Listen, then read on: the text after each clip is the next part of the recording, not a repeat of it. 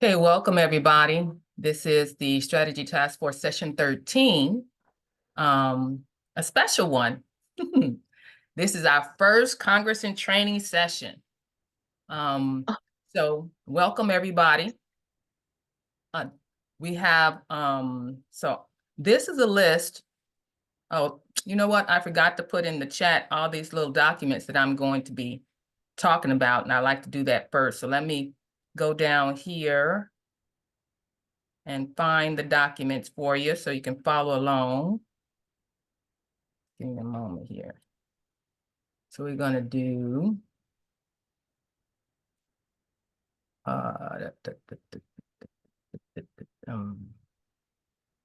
Congress and training. Oh, I know where it is. I always have to rethink. So many folders. What are we talking about today? Okay. This one and this one and this one. Okay, so I'm going to put this in the chat for you all.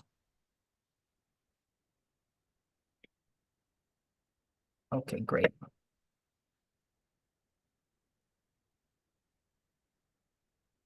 All right, so the first part here on this is the outline minutes that I'm going to be following. And this is normally what I follow when we do a strategy task force session. It's going to switch up a little bit in the near future as the Congress and training sessions are started, which this is the first one. We'll learn more about what this is going to develop into as we go along, because the inspirations just come and I just act on them and I develop them as we go. So the first part of the outline here are the members of the strategy task force.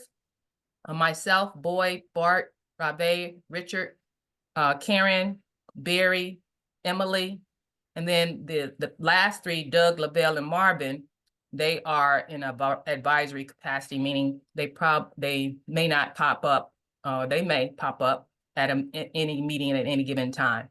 But the other ones are the members who have been here from the beginning and has helped to formulate the ideas and the strategies that we have come up with so far. And so they will be the ones hosting this meeting, or I should say we will be the ones hosting the meeting. The Strategy Task Force will host the Congress and training sessions. And your sessions is going to alternate sessions with Strategy Task Force, and then Congress and training, Strategy Task Force, Congress and training, so on and so forth. So that's the group Strategy Task Force. And we have Richard here. I see Richard, he's on the task force. I think that's the only one I see. And Richard is committed. He's here. If nobody else is here, Richard is here. Okay, thanks, Richard. I do appreciate that. So first, the next thing I usually do is acknowledge the state assemblies that are present, who are either here just listening or they're here to ask questions, get involved. This project, the American Government Resurgence Project, is a voluntary project. It's not a requirement of any sort. It's an outreach project that I developed for the state assemblies to have some type of systematic way of reaching out to the public and showing the public that what the government is, what the American government is, and what we are doing to restore and reconstruct our government. So that's how it all started. So it's any state assemblies who here, we appreciate you being here. Now we have the model county assemblies who will be having their own sessions and will be here as well. And what I normally do at this point is ask you all, if you are on a state assembly, go ahead and put your name in the chat and what assembly you're from. And then if you're model county assemblies, go ahead and put your name in the chat and what county assembly you're from. And even if you're not a model county assembly and you just from a county assembly that's checking in, trying to see what this is about, go ahead and put your county assembly in the chat as well. Now let me explain what the model county assemblies are. So I have a list of 4 that have been identified here so far as a model county assembly. We have El Paso on Colorado, Marion on Florida, Duplin on North Carolina, clerk on the bottom. Now, I did put down the county coordinators, or organizers is what we like to call the counties, as opposed to coordinators. So the county organizers' names and co-organizers' names. At least I was trying to put down the correct one. So if I don't have this correct, go ahead and put it in the chat. County co-organizers for El Paso, I have Kalina and Tim. Marion County, I believe they have co-organizers, Annette and Angie. And then Duplin, I know of the one county organizer of Karen. And then Clark County has an organizer, Rocky. But I've been, for you all, Clark, I've been communicating with two people, which is Rocky and Denise. So I'm gonna need, now I can communicate with an elected official on your county. And to stay, and I always tell you in my emails, I want to stay in proper alignment with protocols and for the protection of your assembly and your assembly's rights. The PKTF do not step on any assembly's rights. You are self-governing. So if your assembly have elected an official, I can talk to them. So these are the officials that you elected as organizers. Now, if you have, if like in Denise's case, if she has been elected, Rocky, you have to tell me, if she's been elected as the outreach committee chair, then I can talk to her. Or if any of these other assemblies have elected a outreach committee chair, I can talk to them. So let me know on any of your other counties if you have elected a outreach committee chair. You can put that in the chat too, so I'll be aware of who I'm talking to, because I don't want to get off track. I get excited that people are excited and want to get involved, and I'll talk to anybody. So so when I started talking to Denise, I'm like, oh, you're the organizer. Found out Denise wasn't the organizer, but she is on it. So I'll talk to anybody. But as being a model county, if it has something to do with being the model county, I need to be able to talk to whoever that county has elected to represent, I shouldn't say represent, to present themselves. So it has to be somebody elected. So I'm putting that out there now so we'll know going forward to make sure I stay in my proper lane. Okay. If you know of any counties, anybody on your assemblies who's in a county who are interested in getting involved with being a model county, y'all know any of those people, you can just tell them to contact me. And the only prerequisite that I require when I went and I searched out 3 of these counties myself. The 4th one came to me. The only thing that I required was I like to see evidence that you are reaching out in your communities and doing some things. That's the only thing that I was looking for. As we go on, as our relationship as the PKTF and the model counties, we might have to iron that out a little bit more, which I just did by explaining the part about I have to speak to your elected official in this model county initiative, just so I can stay in my lane and respect the assembly as a sovereign. So next thing we're gonna go over. Now, if you have any questions, just raise your hand, but I like to get through everything first before I entertain questions. So the next thing we're gonna go over is this that I sent out after the last meeting. This Resurgence Project Model Counties meeting follow-up. So we actually had one meeting. I actually called one meeting with the 3 counties that I had had sought out. Just to introduce my vision to them of why I selected them to be a model county and what it is that I wanted to achieve with this initiative. From the beginning, though, when I selected a model county, it was only one, actually.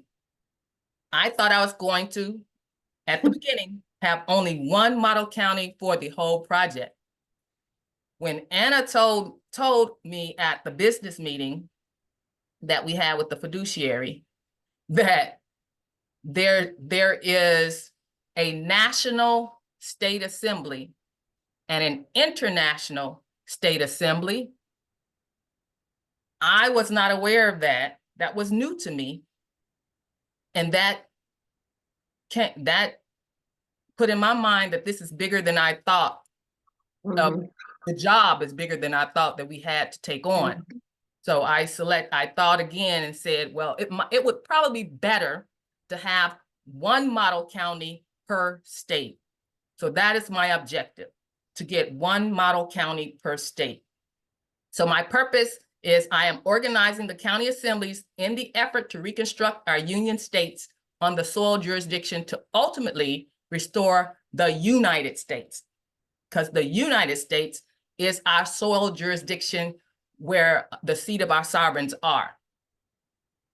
And talking to the other element to this, and talking to Anna, that she reveals that she says things from time to time, it comes out, we have another layer of governance that we have to reconstruct. I did not know that.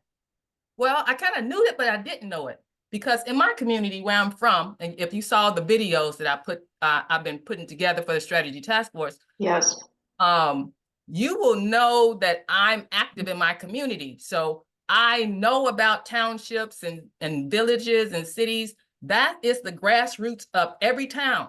yep. It's the townships and the cities or villages. Cities are just bigger parts or larger numbers than a village. It starts off as a village if you got small numbers. As you get bigger and bigger, you can get the name city. So I'm from that particular, so I got a hot mic somewhere. I can hear you talking. So I'm from that background. So I asked certain questions in the beginning about how do we populate those counties, and how do we populate the townships? Come to find out, townships don't belong to us. The other layer that we're supposed to be populating is called a town. And a town for the American government is missing. So the counties in this initiative is going to take on that task to reconstruct those towns, to really get down to where the seat of our sovereign government is really on the town. So here's my game plan. I want to identify a model county in each state who is succeeding at our rescue mission by implementing the grassroots outreach activities in your communities, or whatever county who wants to just step up and spearhead it, the rescue mission for their county. That's fine too. So if you know anybody, send them my way. Second thing, I'm inviting these counties to be a model county for the Resurgence Project in their state. What that's going to look like is you'll be the model county who will set the pace or set the example for getting all the other counties to get reconstructed. So that's the idea. Coordinators should change that to organizers from each of the 50 model counties will attend once per month what I'm calling Congress in Training.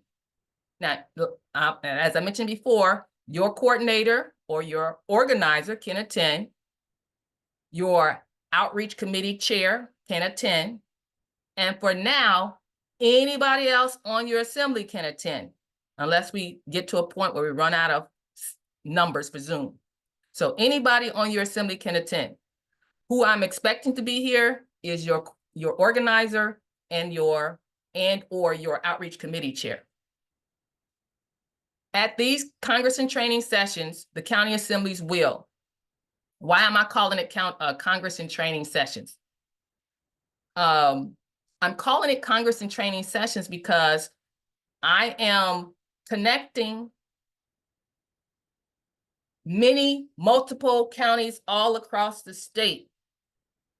And these particular counties all across the state are the ones who will be sending their delegates to the Continental Congress. So we're practicing at how to communicate and organize ourselves and network with each other and appreciate each other and build relationships so that we can be effective at reconstructing our government. That's why I call it a Congress in training session. We talk in our reconstruction efforts, we talk about that ultimate goal of getting to the point where we send the delegates to the Congress. Well, the Congress we've been talking about is the Continental Congress, but I learned that every jurisdiction have their Congresses. In the soil jurisdiction is the Continental Congress, meaning you counties will have to send the delegates to that Continental Congress. In the international land jurisdiction, they have their Congress. They have many names for their Congress. I ran across the title, several states in Congress assembled for the international land. I ran across the United States of America in Congress assembled for the international land jurisdiction. I think I ran across some other names too for the International Land Jurisdiction Congress. But the Soil Jurisdiction Congress pretty much remains the same as Continental Congress. But the Land Jurisdiction Congress can change names. But that Congress, I'm gonna admit too that I'm not sure how each of these Congresses kind of operate. I know the Continental Congress talks about, discuss, and addresses things that's on the soil itself, like property, that type of thing. That's why the Declaration of Independence, they wanted to claim land, the land that they live here type thing. And an International Land Jurisdiction Congress would address things that are in international between all the states in that type of respect. So, and we'll learn more about that. I'll learn more about that as we go along. When Anna gave me permission to start organizing the counties, I said up front that I'm gonna have to send you some questions here and there to help us do this right, because we don't know, of course. And she understands that and said, you won't know until you actually start doing it. So you'll know, as we go along, we'll know what questions to ask. So we're gonna discuss and compare notes on what outreach strategies and techniques have been effective that you've been doing, develop a camaraderie with and respect for each county and the uniqueness that each of you bring to the table. We're going to strategize on how to effectively execute the components of the Resurgence Project in the counties of their union states. We're going to collaborate and combine resources to maximize the individual effort already being expended in outreach missions.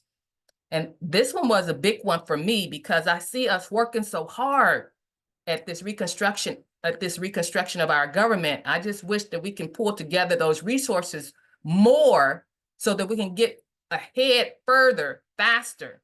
So I made that one of my objectives with this initiative here. Collaborate. I did that one. Engage in these Congress and training sessions to learn how to run a Continental Congress.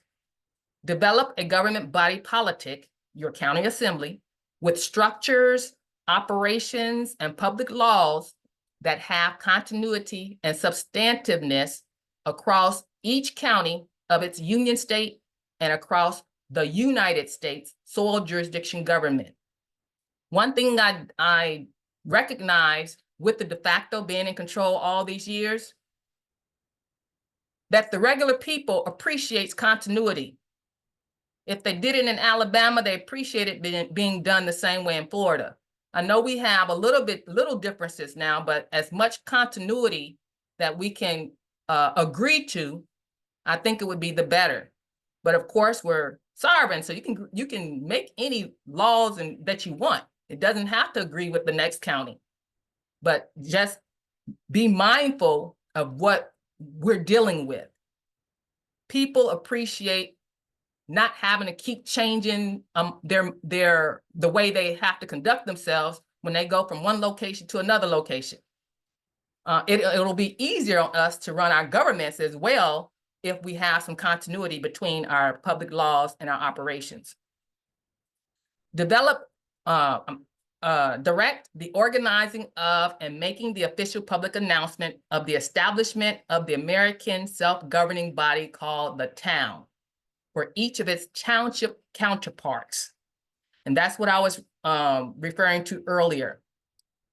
Anna said that back when Declaration of Independence, when the Northwest Ordinance was passed, what happened was the Army went first into locations to establish the area and to get it ready for the settlers to come next.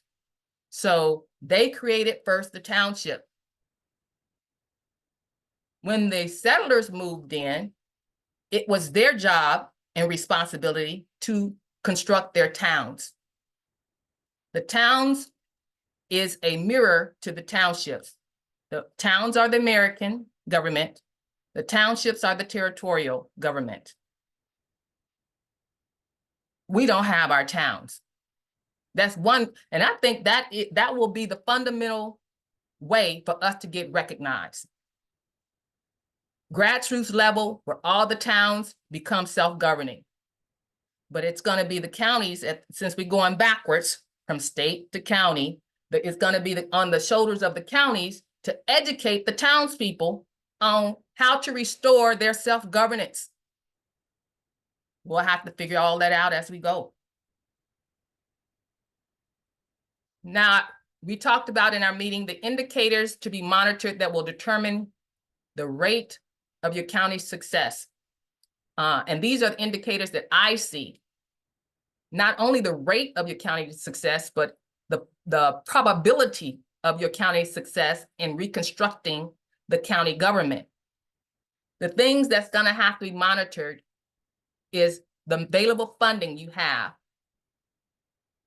access to, the rate of growth of your county assembly's volunteers, the rate of increase in the declared nationals on your county, and the effective conflict resolution techniques and protocols that you all have. And note, I put the word effective in there first. You may have some protocols for conflict resolution, but they need to be effective at actually resolving the issues. And that makes me think about all the, the state assemblies who've been, had to be torn down and rebuilt, and all the conflict that's going on right now in different assemblies that's stunting the growth. I want to get ahead of that in this endeavor that I'm doing here. So that's going to be a major thing that I'm going to be addressing. We're going to be addressing some of these things here today in the presentation that's following. If you've been married before, which I have for 20-some odd years, no longer married now, but the gurus who teach about marriage talk about one of the primary things that they use to indicate whether that marriage is going to succeed is how fast they resolve their conflicts. I want to get to a point where we have a system down, an effective strategy down, where we resolve our conflicts quickly. I expect us to have conflicts. We all should expect us to have conflicts. Conflict is not bad. We just need to learn how to deal with conflict when it comes up. It's supposed to make us stronger, right? So let's make sure it serves that purpose for us to make us stronger county assembly bodies and stronger United States in network together, that whole body. So the official meeting schedule, one per month, which I've mentioned, on Sundays every 2 weeks. I think I'm going to make it every month as opposed to every 2 weeks, because I want another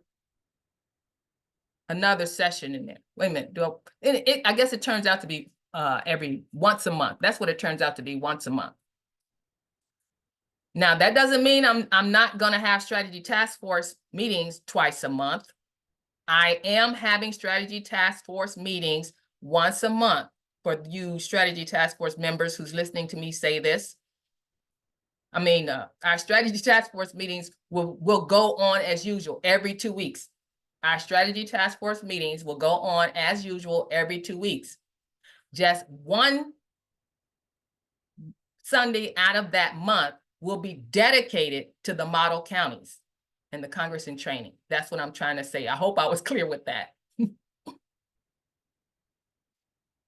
Take note of my questions. So in the notes I sent out, I highlighted these 2 questions that I sent out to Anna. So when I had put out a request to those model counties to join me in this, one of the things that I said in my email is I will need to find out if there is some protocols, something official that I need to do on my end, or that you might need to do on your end, being in the soil jurisdiction and I'm in the land jurisdiction.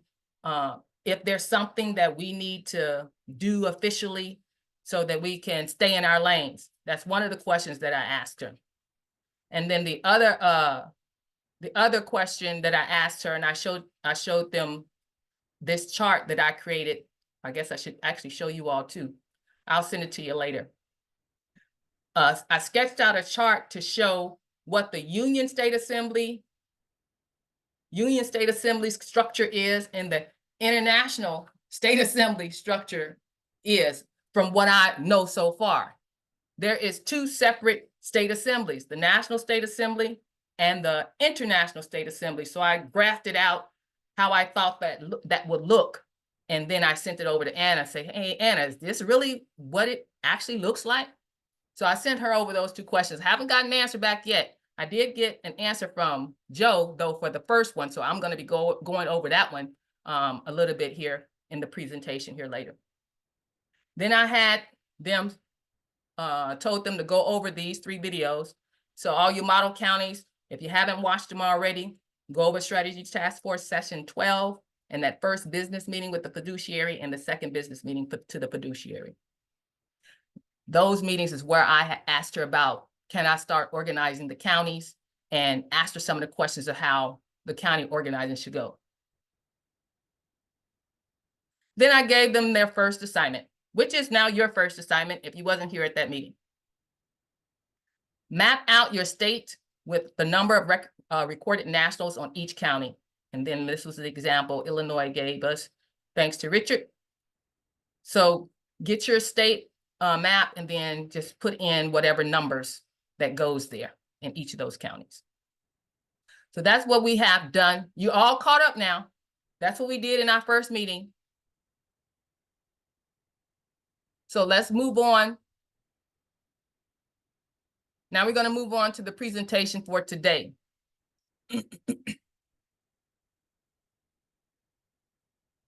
All right, so our first Congress in Training Session 1. These are the things we're going to focus on this session. Building your assembly on a strong foundation. I have to keep saying this statement. You are the government. I still get the feeling that a lot of assemblies, I shouldn't say a lot, I don't know what a lot of assemblies do. I take that back. I get the feeling from the conversations that I hear that we're operating like organizations, not a government. Me, again, being part of township government and village government and, you know, dealing with the state governor and all that, I see how that government, the de facto government works. And this is what the people are used to, how the de facto government works. And what they talk about in their meetings and how they conduct themselves in their meetings is like business, professional words that I would use to describe it. Yes, there's arguing and all that other kind of stuff too. But some of the conversations and some of the priorities we have in our reconstruction efforts makes me feel like an organization, not a government. So I just keep having to say that, to keep hearing that and have other people hear that, because We said government's job, we have two jobs: to protect the people and their assets. When I look at our government, say the state assembly government or the county assembly government, are the activities that they're making priority doing that? And how is that being demonstrated to the regular American public? Can the American public look at what you're doing and say, yeah, I can see how they're the government. They are protecting our assets and they are protecting us. That's what I want the American people to look at us and see. Now, these are the models of how we're reconstructing our government that that's being taught. The 4 pillars was the first model that I was introduced to. And then it came to be let's assemble pillars like that. And then I remember on TASA website, I was introduced to the way power is supposed to flow in America, this pyramid graph. So I was trying to understand how our structure is built. Now, if you've seen my other videos, you will know that when I look at this, if it confuses me, if it creates a conundrum, my conundrums is, wait a minute, Anna said this over here. Well, why does this chart say this? Or why did what she said here contradict with the article of what she said there? That's conundrums for me. When conundrums happen, I change stuff to make it consistent with what either Anna said, and if I didn't understand what Anna said, I'll send Anna an email.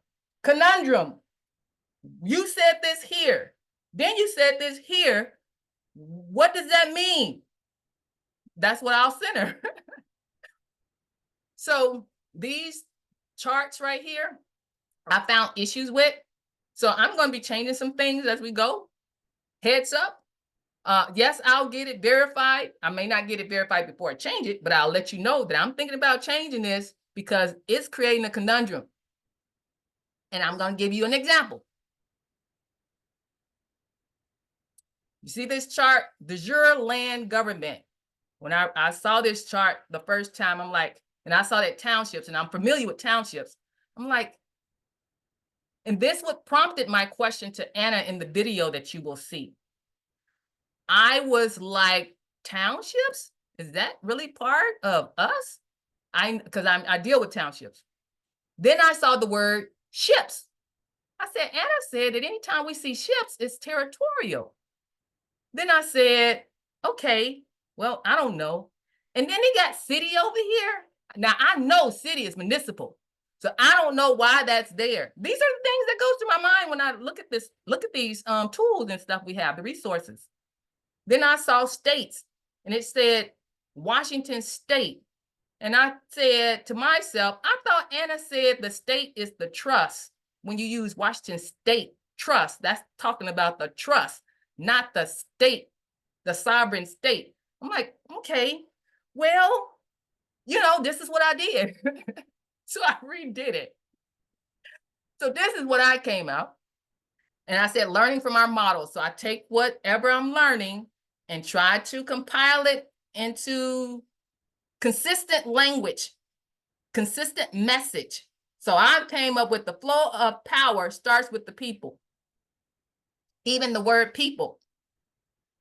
In the first chart up here, the de jure land, it had the capital P. And I was like, shouldn't that be a small letter P? So this is what I did. I'm just like, okay, well, I'm going to change it. So this is the chart that I came up with. I said, well, the people is on the town. And I'm going to even change that. I've been saying on the county, because that's what we've been saying, is the people is on the county. Actually, the people is on the town. So I'm going to change that language.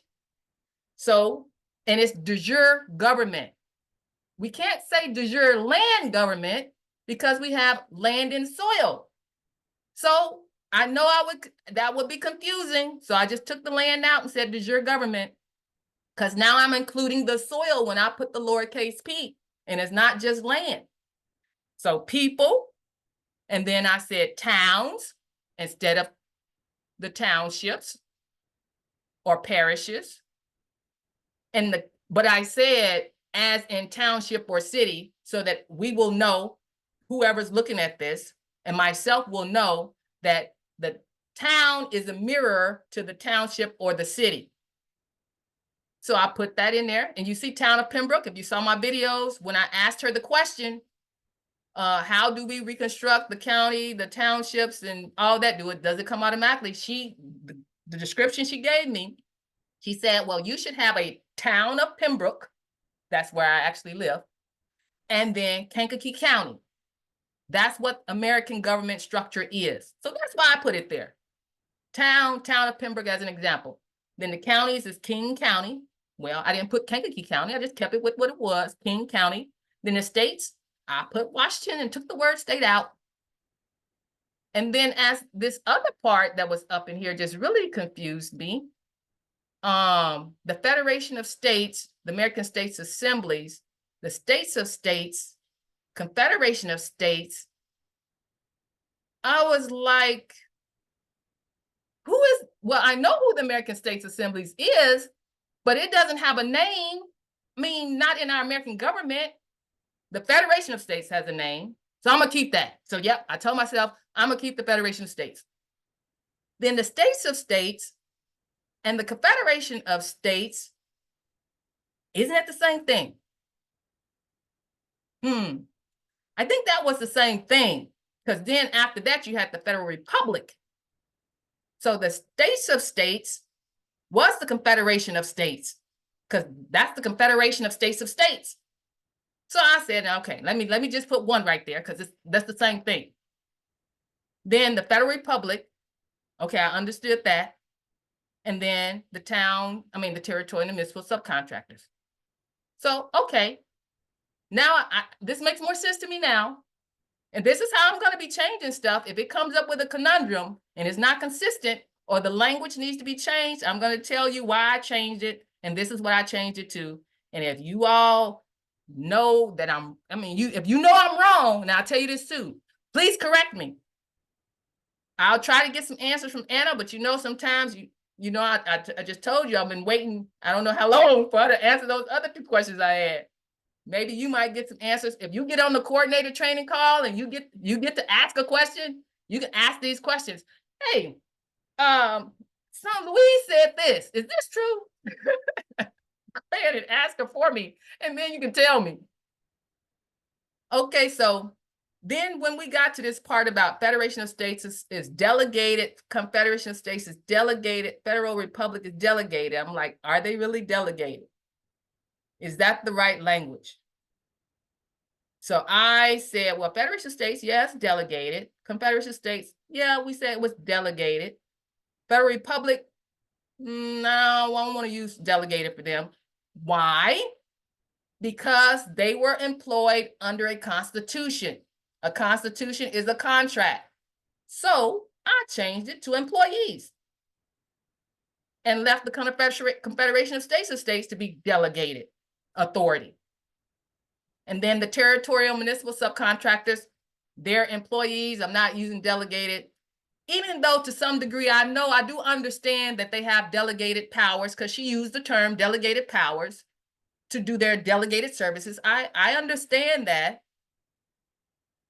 But if I want to differentiate that delegated power from the Confederation of States delegated power, I'm going to use employees, because the Confederation of States is the American government.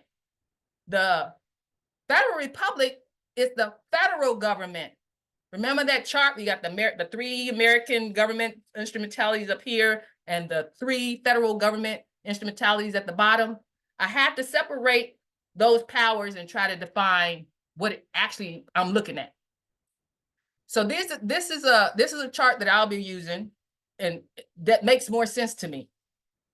And then to the left, I have it all kind of blank, because we're going to build that structure together as we go on. We have the foundation at the bottom. In the middle is the pillars, the committees, the officers, operational procedures, and at the top is going to be whatever it is that we have to achieve to be seatment qualified. Now, it's going to be different, I'm sure, from this for a county assembly.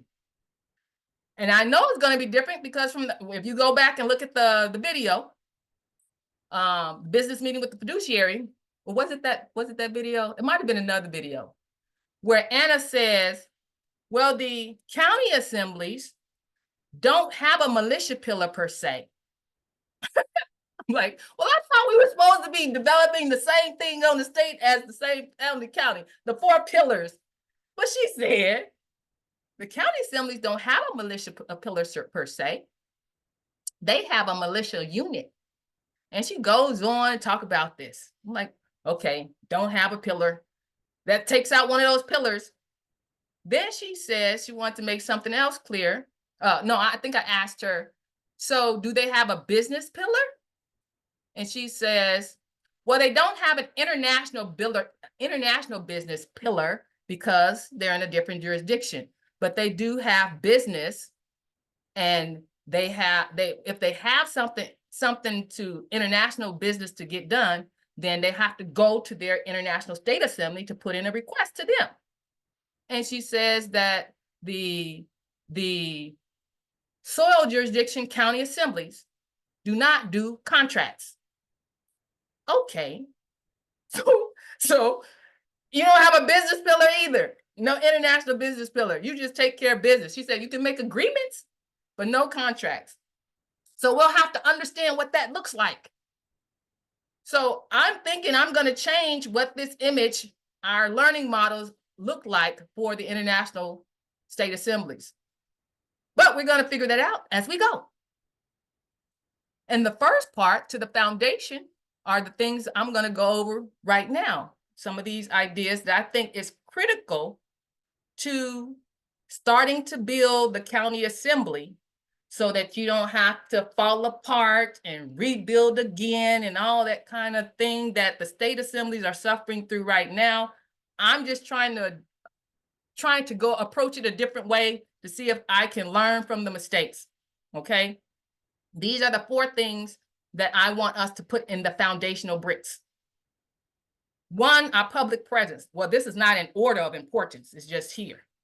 Our public presence, our website and public notice in session. So whenever we want the American public to know we're here, so we got to tell them we're in session.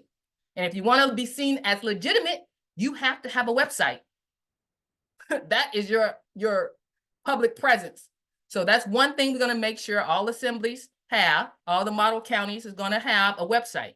We're going to go over some of that here in a little bit.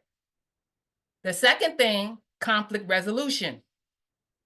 Every county assembly at the outset have to put conflict resolution protocols in place. It's very important to start off with them at first because we know we're going to have conflict. We expect to have it. So let's get ready for it and preempt it as much as we can and control it, manage it. So your county assembly needs to have a decorum. Your county assembly needs to have ombudsman. Your county assembly needs to have oversight committee. We'll get to that, how to develop all of that. I'm going to talk about some ideas for that in a little bit. In order for you to even be a county assembly, you have to have elected officials. You have to have a general assembly, a chair, and a county sheriff. These are 2 elected officials that I think is foremost to get done quickly, like at the beginning. Elect your county general assembly chair, whoever that's going to be. It's going to be pro tem, probably. And then elect your county sheriffs. The other, so you got to elect them, train them, and vet them. They can't become whatever that elected position is officially until they're vetted. I believe that's how that works. And I think vetting has been a bottleneck for us. I got an idea for that one too. We're going to get into that later in a minute. Elect, train, and vet assembly officers. So these are your county organizer and your county recording secretary are the 2 main assembly officers I think needs to be put in place at the beginning. Elect, train, vet. The other part to this elect, train, and vet, I talked about the vet part, that's a bottleneck, but the other bottleneck is to train. I don't know how training happens on assemblies other than the coordinator. How do we train? Oh, and the recording secretary. I know they have a training program. Do the chairs have a training program? We'll have to, I'll learn as I go. Maybe they do have the training, but that's important that whenever you get in these offices, you get trained on how to run these offices. So yeah, so we're going to make sure that as we go on, as you're reconstructing your county assemblies, that you of course you have to have that county organizer already in order to be recognized as a county assembly in the first place. But your county needs to have its own county recording secretary. That's been a bottleneck too for some of the counties. I heard that complaint that they can't get people recorded. So we need to make sure you have one of those. Now, going back to the first foundation brick, the website. Here is my suggested proposed menu bar for your website. As a government, you need to have a government website. In my opinion, the websites we have now are educational websites, which are necessary. But most of them, and I'm going to say most of them in this case, because I've seen most of them do not look like a government website. Because when I look at government websites, what is our government supposed to be doing? Protecting the people and the assets. Those 3 pillars up here, let's go up here. These pillars, actually it's the 3 pillars. The 4th pillar, General Assembly is that's your government main body. But these other 3 pillars, the juror, the business, and the militia, these are service pillars. Services we're providing to the American public. Most of our websites don't even talk about them as a service to the American public, like the de facto government websites. They tell you what their services are. Our websites need to talk about what our services are, and that's why my menu bar is like that.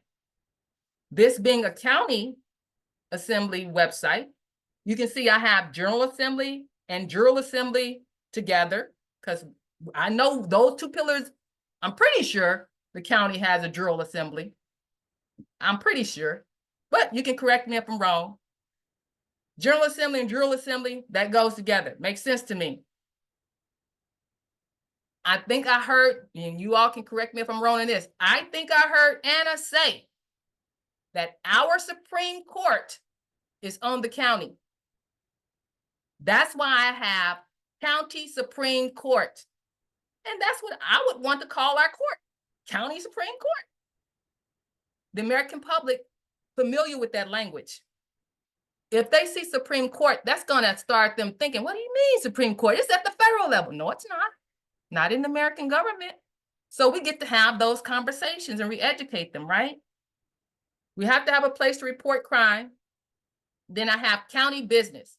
I put county business as opposed to that international business pillar, or even calling it business pillar, because it's not a pillar per se. So I called it county business. It'll probably be some type of a committee, because we are a committee government. If we want to change its pillar for whatever reason, we can. I guess you can do it. You know what? You can do whatever you want. And if it's not correct, you'll course correct as we go. And you'll come up with a whole lot of different ideas that's different from mine. I'm giving you the inspirations that came to me. I expect you to have some and bring to the table too. And we can hash it all out and see what's the best. County militia. It's not a militia pillar. I already know that because she said it's not a militia pillar. So what do I call it? I thought about militia unit. I didn't really like that word. I like being consistent and calling it county. You can see county, county, county. So county militia made sense to me. You might want to call it militia unit. I don't know. You might have another idea that you want to throw on the table. Emergency needs to be on the website. The PKTF already said how emergency needs to be somewhere visible on your tab somewhere, so that people will know where to go to report an emergency. Then the public notices, and then the LRO. Every county need to have their own land recording office. Now, and I know one of the model counties have theirs, if I'm not mistaken, which that information and that know-how is a part of the resources we can pull together.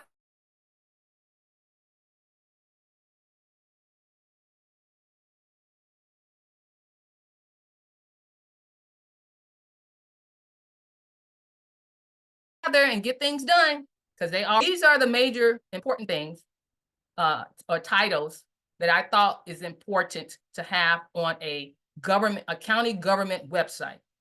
So I want you all to think about, what you think is important to go up there. Now, also, the URL is important and your logo is important. Logo or seal. Those two things are important as well. Now, I'm going to go over the URL first. I also gave us permission to start start developing the official American government website.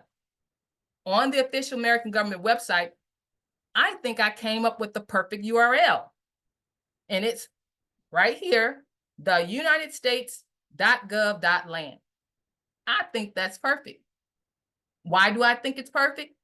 Well, one, it has the .gov in there. To have a .gov in your URL will automatically trigger in the American public's mind, hey, that's a government website. But then they're going to ask the question, well, why is there land after it? What's that for? That separates our jurisdiction. They have a government, the British territorial and the municipal have a .gov. They're a government. They're just not America's government. They are subcontractors. And we have a government on the land and soil, which we want to make clear.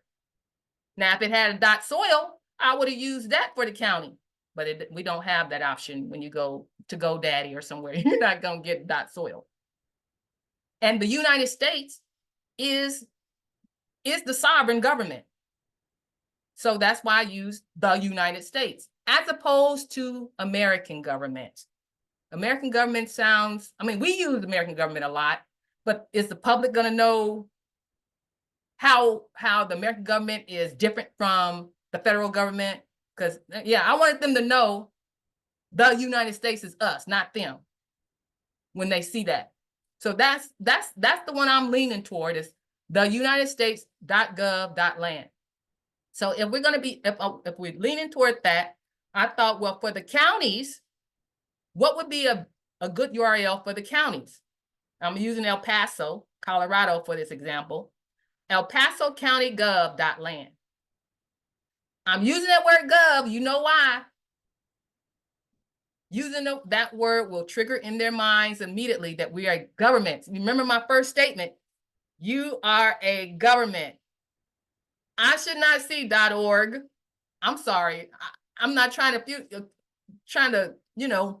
offend anybody, but those are the types of things that gave me the impression that we acting like an organization or a group. We're a government. So what indications are we presenting, conveying to the American public that we are a government? So one of them can be our URL where it has the word gov in it. Somewhere, you might come up with a better arrangement of the words. I have some other suggestions that's written on the main outline of other arrangements that I was thinking of. These are the three arrangements that I prefer out of all the ones that I was thinking of. So El Paso County Gov.land. And I didn't even put assembly in there. I like assembly being in there. That's going to make it really long. So let's decide how we want to do it. It could be El Paso County Assembly Gov.land. That's really long. So that's for on the soil. It would be your name, your county name, the word county, the gov.land. Kankakee County Gov.land for me, where I live. Then I was thinking, well, for the International State Assembly, they could have, using Colorado, El Paso, the Colorado Assembly Gov.land. Because I used to have the idea of the Colorado Assembly.land. I definitely think we should change it to land. as opposed to .org, .com, .net, .us. And I know we've been debating that. Well, the Federation used .us. You know, we've been debating that back and forth too. This is what I'm suggesting. The Colorado Assembly Gov.land. So those are my suggestions for that. As far as for a logo for your website, this is my suggestion for that. Now, so using El Paso County for an example, you would create your logo with the outline of your county, whatever the outline of your county is. That's what your logo would have as the outline. Inside that logo, you would have the outline of every township in your county. Why am I thinking about representing it that way? Because the county is going to take on the task of constructing those towns. Every township should have a town. So all we're going to do is take that township and make it into a town. So in my case with Pembroke, my township is called Pembroke Township. And that's why Anna changed it to Town of Pembroke. So however many townships you have in your county is the outlines that's going to be inside your county's outline. And then around it, I'm suggesting you put your name. So El Paso County Assembly. Or you can have El Paso, I think Nevada has, what do they have? Clark County, Nevada Assembly. Yeah, you can put your state in there if you want, Clark County, Nevada Assembly. Or you can just go with your county, Clark County Assembly.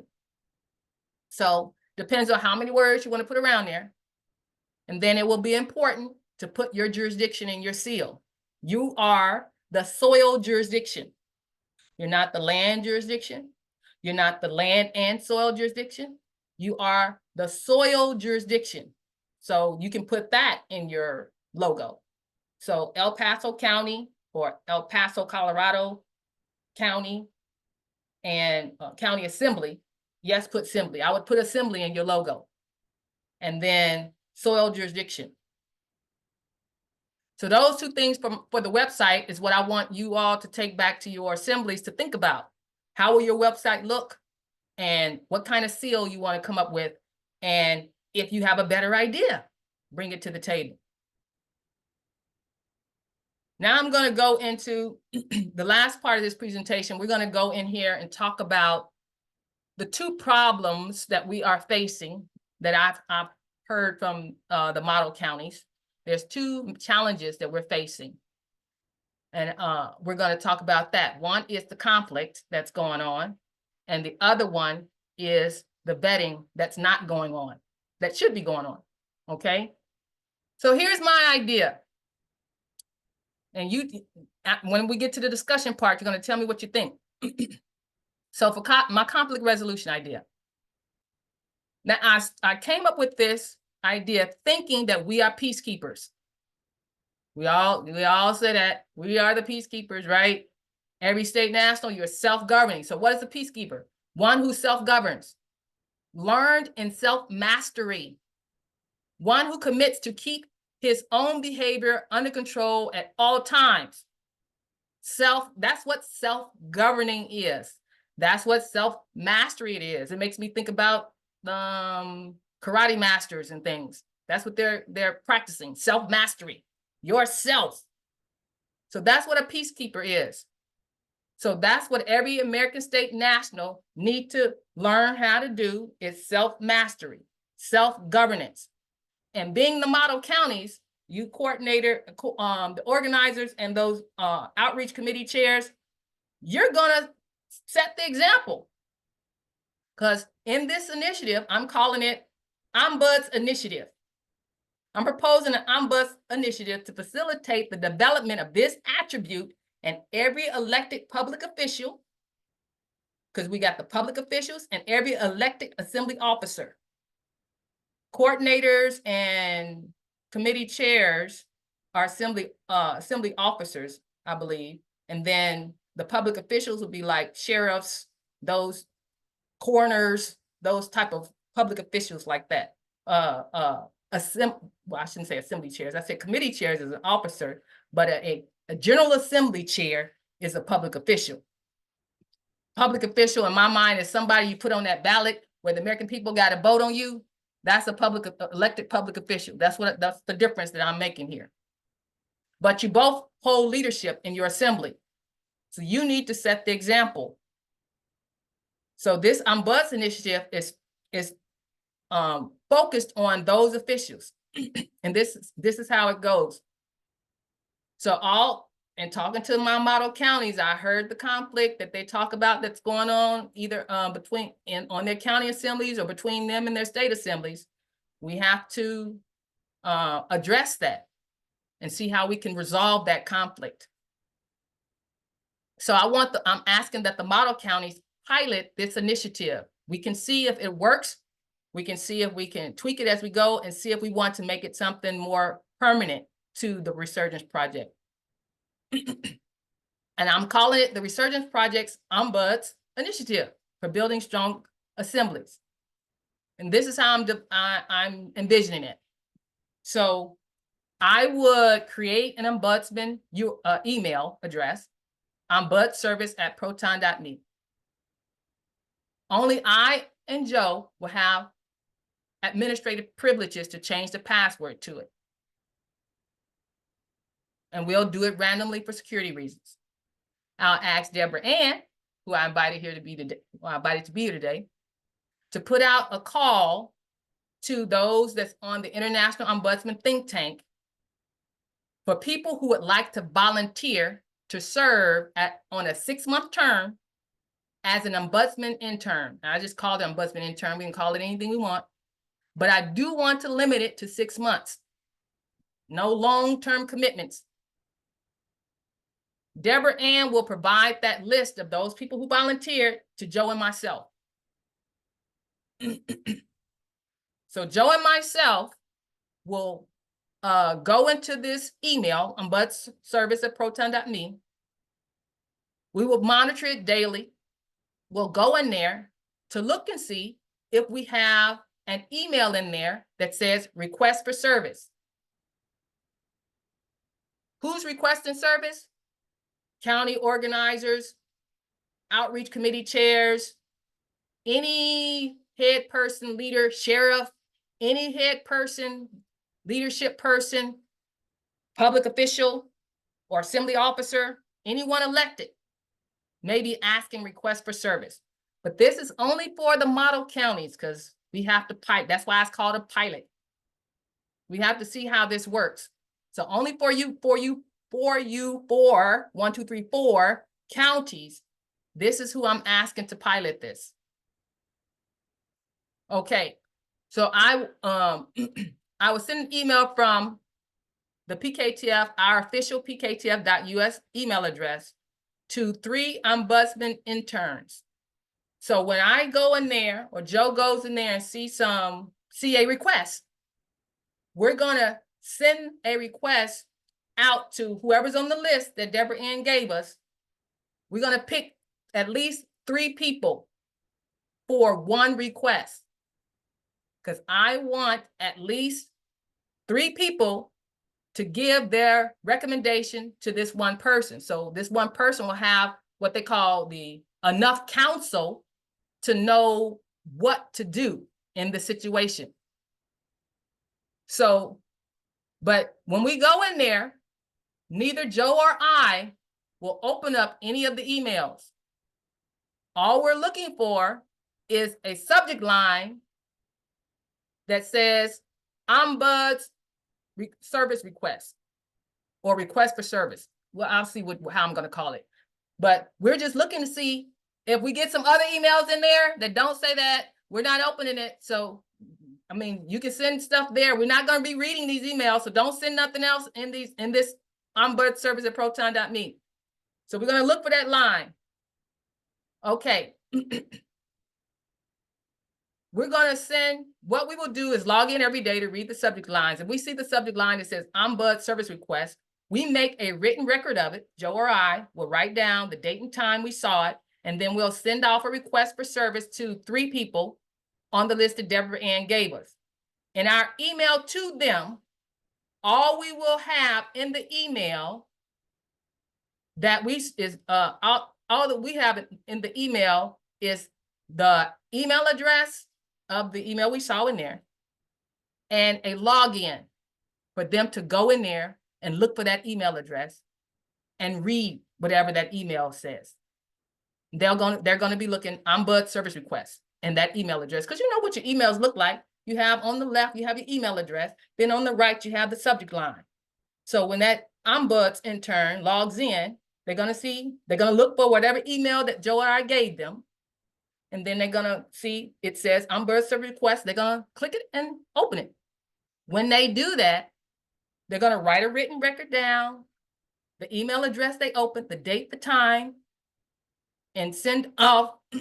Oh, wait, I'm reading somewhere else. Hold on, let's go back. Scratch that. Let's go. I said that already. The ombuds intern on this list cannot discuss anything, divulge anything regarding this email that they're reading.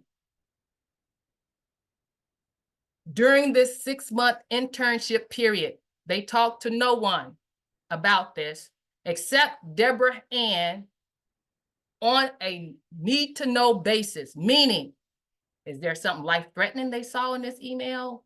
There is some crime that's going on in this email. That's obvious crime. Somebody's going to be harmed. Then they can tell Deborah Ann that, and Deborah Ann has to take whatever appropriate actions.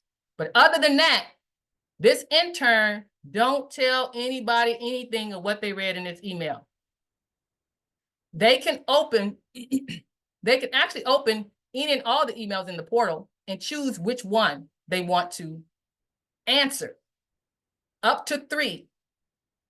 Because sometimes you're going to read something and say, I don't know what to do with this. I don't know what they should do. We're going to give them the discretion to say, well, I'm not going to answer that one. Let me go pick another one. So I'm just giving them that discretion so they can open them.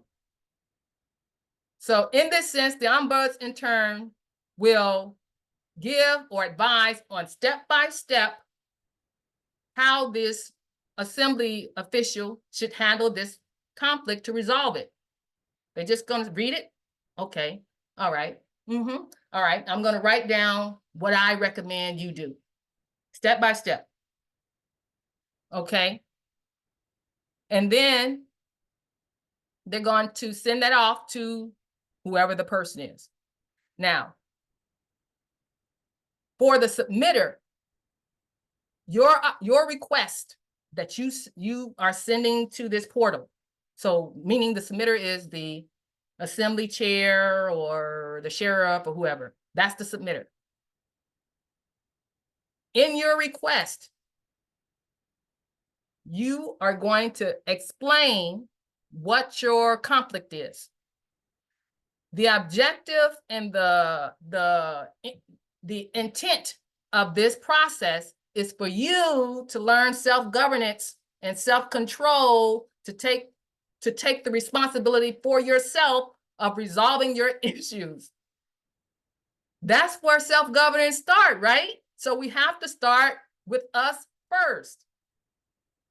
So you will state in the body of the email what the issue is. Now, note I said here, no attachments. The email will be more secure and easier to track if all the communication is written in the body of the email. Don't attach anything. Actually, I don't want you to send evidence. They are not investigating your problem. They are going to read the conflict and say step by step what they recommend you can do to resolve the conflict. They are not going to investigate, and they are not going to counsel you. They are just going to give you step by step what they think would resolve your issue.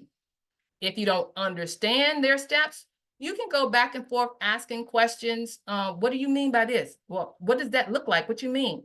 You can go back and forth with that, but they will, if they get to the point where they feeling like they're counseling you, and I said that here, down here somewhere, then they can tell you, reiterate to you, I am not here to counsel, however they want to nicely say it.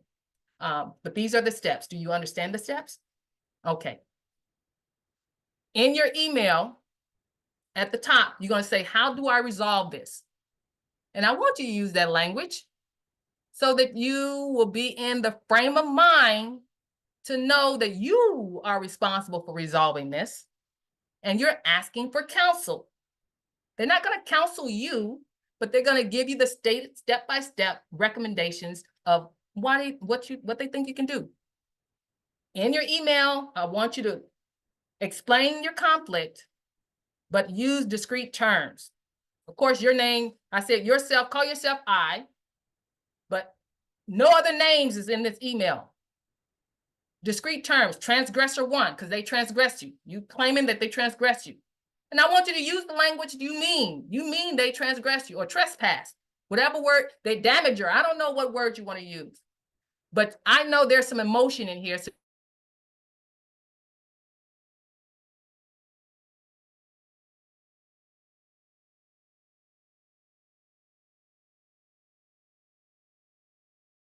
So you're going to have to get it out, whatever language you're going to use. Some terms that I just came up with that you could use that's kind of objective, you know.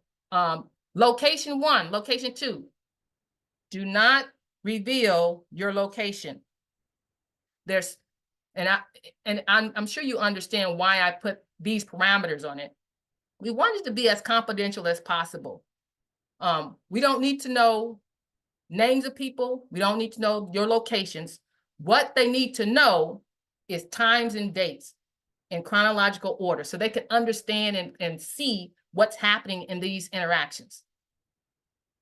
So you're going to describe the conflict as clearly as you can in a chronological order of events. Do not send any attachments. As a matter of fact, don't send any evidence. Now, if you want, you can copy and paste screenshots into the body of the email if it'll help you explain what your conflict is. But the screenshots cannot have any names of people or places or titles. So don't say the sheriff, don't say our coroner. No, you say transgressor or witness or whatever.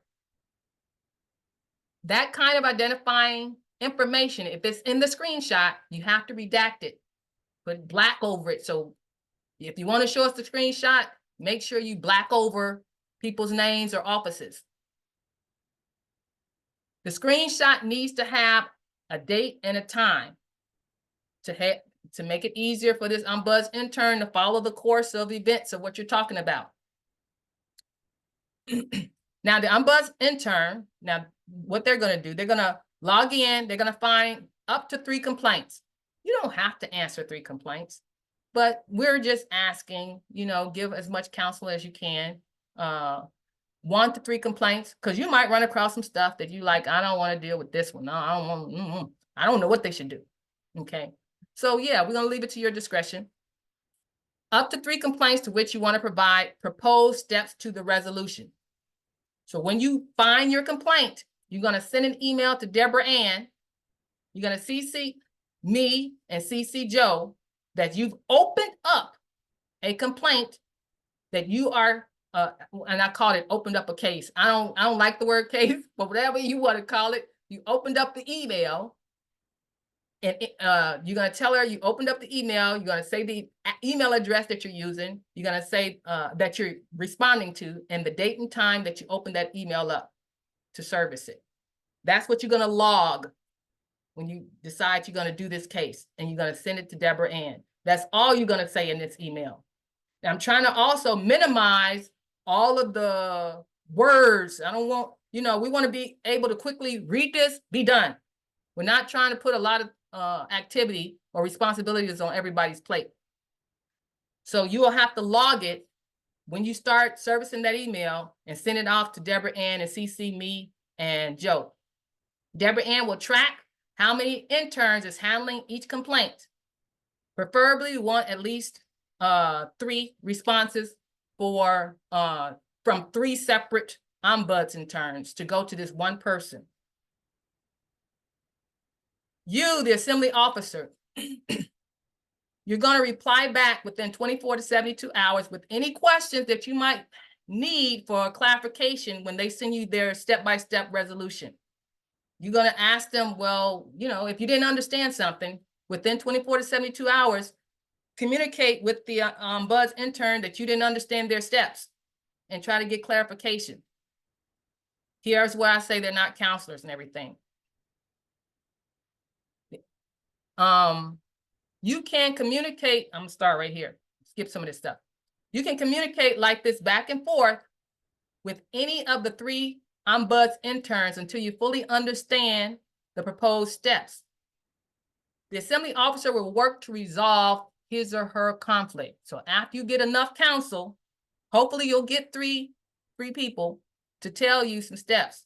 You will work with that to see how you're gonna go to Joe Blow and try to rectify this. Once the conflict is resolved, you will email a final email to each one of the Ombuds intern with the subject line that says conflict resolved. You're letting the intern know, oh, okay, we're done. I fixed it. They need to receive that final email to know that this issue has been resolved. With any final words in your email to the intern, you can tell them, thanks, you helped me this, whatever. You'll say, no, I think I use your information, but I have to do it this way. This one actually worked this way. And then you might want to offer that information to the intern. Say, oh, I have to tweak this, and this worked better. You can tell the intern any of that information in this conflict resolved email. Now, the Ombuds intern will then email Deborah Ann in the subject line that says conflict resolved. So now the intern is telling Deborah, this is resolved now, Deborah, and she will track all of that. Nothing more in the body of the email to Deborah. No sharing of what the assembly officer may have told you in their final words about whatever. Even if they thanked you, if they said, oh, I tried it this way, you're not going to tell Deborah any of that. All you're going to tell Deborah is conflict resolved. If you want to later tell Deborah about this, then after your 6 months is over and you attend the training sessions for the Ombuds, you can share what worked, what didn't work in that type of setting, but not here in your 6-month internship responsibilities. In intern's email, he or she will also log the times and dates for when she opened the email and the final log of the final date of when the conflict resolved. You want to keep record of that. The goal is for the assembly officers to resolve their conflicts in 1 to 3 months. They don't want it long and all drawn out like we're experiencing right now. We want to resolve the conflict in 1 to 3 months, preferably. No email leaves the portal, meaning it does not get forwarded to anybody. So the Ombuds intern, Joe and myself are the only people who can see this portal. Joe and myself won't be reading anything except subject line and email. We won't open anything. It will be the Ombuds interns who opens these emails. The Ombuds interns are not allowed to forward these emails outside of this portal, not to their personal email, not to Deborah, not to anybody. They stay in the portal. Of course, this keeps it most protected. Deborah Ann will not have login to the emails. To Ombuds service at proton.me, Deborah Ann will not have the password to get in there to see anything. That's to protect her. So this, I don't know if you figured it out yet. This is like fresh off my head. So I'm telling you what's come to me as an opportunity for us to deal with conflict on our assemblies with our elected officials. You may come up and think of other ways or other additions or another angle. I want to hear that so we can make it better. How will we start is with you letting, no, this is to myself. So you four assemblies is who I'm asking, do you see a value in this? Do you want to take this on is what I'm asking you four assemblies. And I'm asking Deborah Ann if she wants to take this on because I'm just including her about this initiative. It will be available to the county and state assemblies, meaning you as the four model counties, if you have an issue with a state assembly, you know, your conflict is there, then they'll be able to, you know, you can communicate with them. Okay. I will send out a sample complaint. Me and Deborah get together. We'll draft up a sample of what your complaint should look like. So you'll know exactly how to write a complaint, that type of thing. For right now, it's just going to be the four model counties. I think it has potential for us to really get on top of self-governance and get our county assemblies off to a good start, a good foundation. We'll pilot it for 6 months and see how it goes. I'm going to go into my other idea, our vetting issue.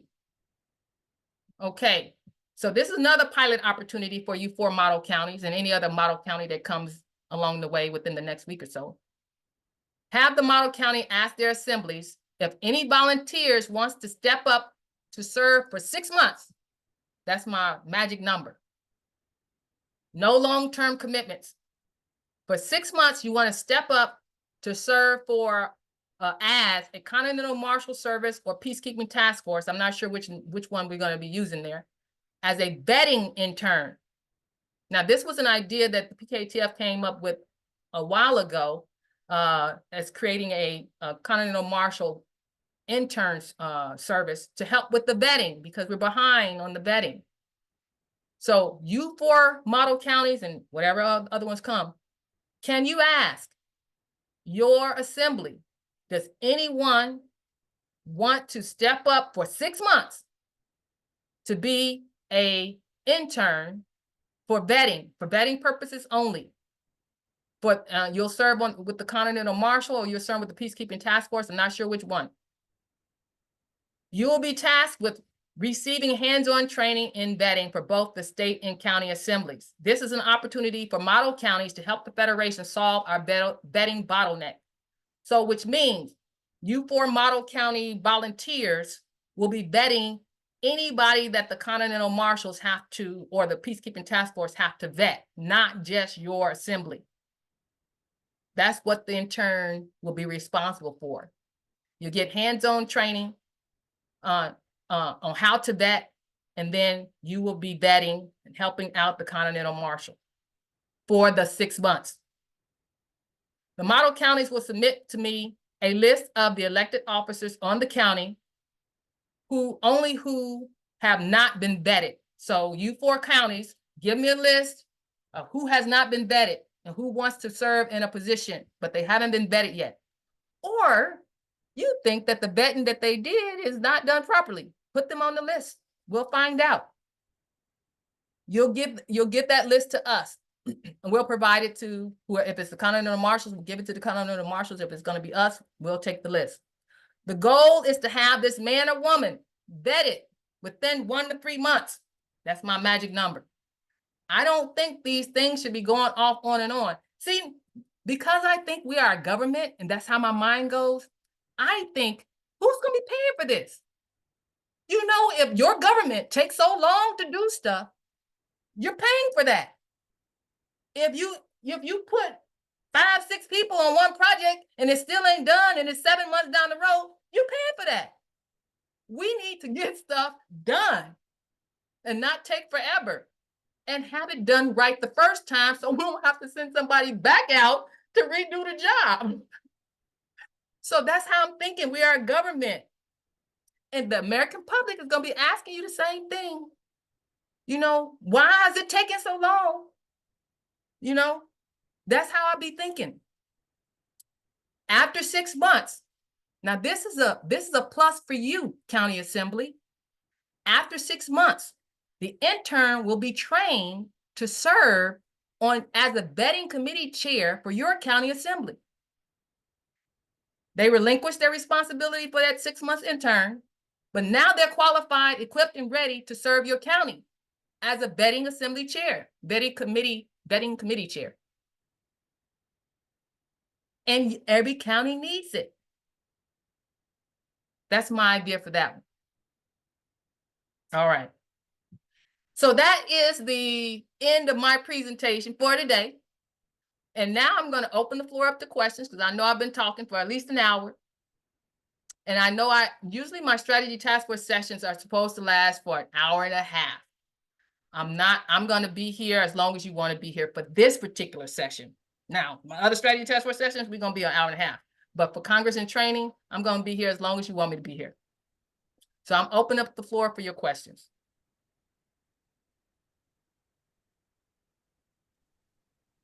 Louise, may I? Yes. Okay, hi. Hi, everybody. It's Denise. Boy, you guys hit it out of the ballpark. PKTF is right over the target. I love the vetting. The conflict resolution is amazing. Luckily for us, Clark, we've been at this a while, so we're able to really send up a lot of fantastic people. And we've been training for a long time, so it's been fantastic for that too. On handbooks, I saw the Florida Recorder talk about handbooks. We have drafts of all the handbooks, but my thought was, can we have sort of like an interim activity between meetings to work on these handbooks, maybe on another night or whatever? And they should include an org chart, because I think organizational charts really do help with, you know, what would the seatment package look like? And then when you're totally built out, how does it look? So that's something there. And I also had an idea for Federation recording secretaries, because we're very fortunate here in Clark. Michelle Schmidt is a Federation recording secretary.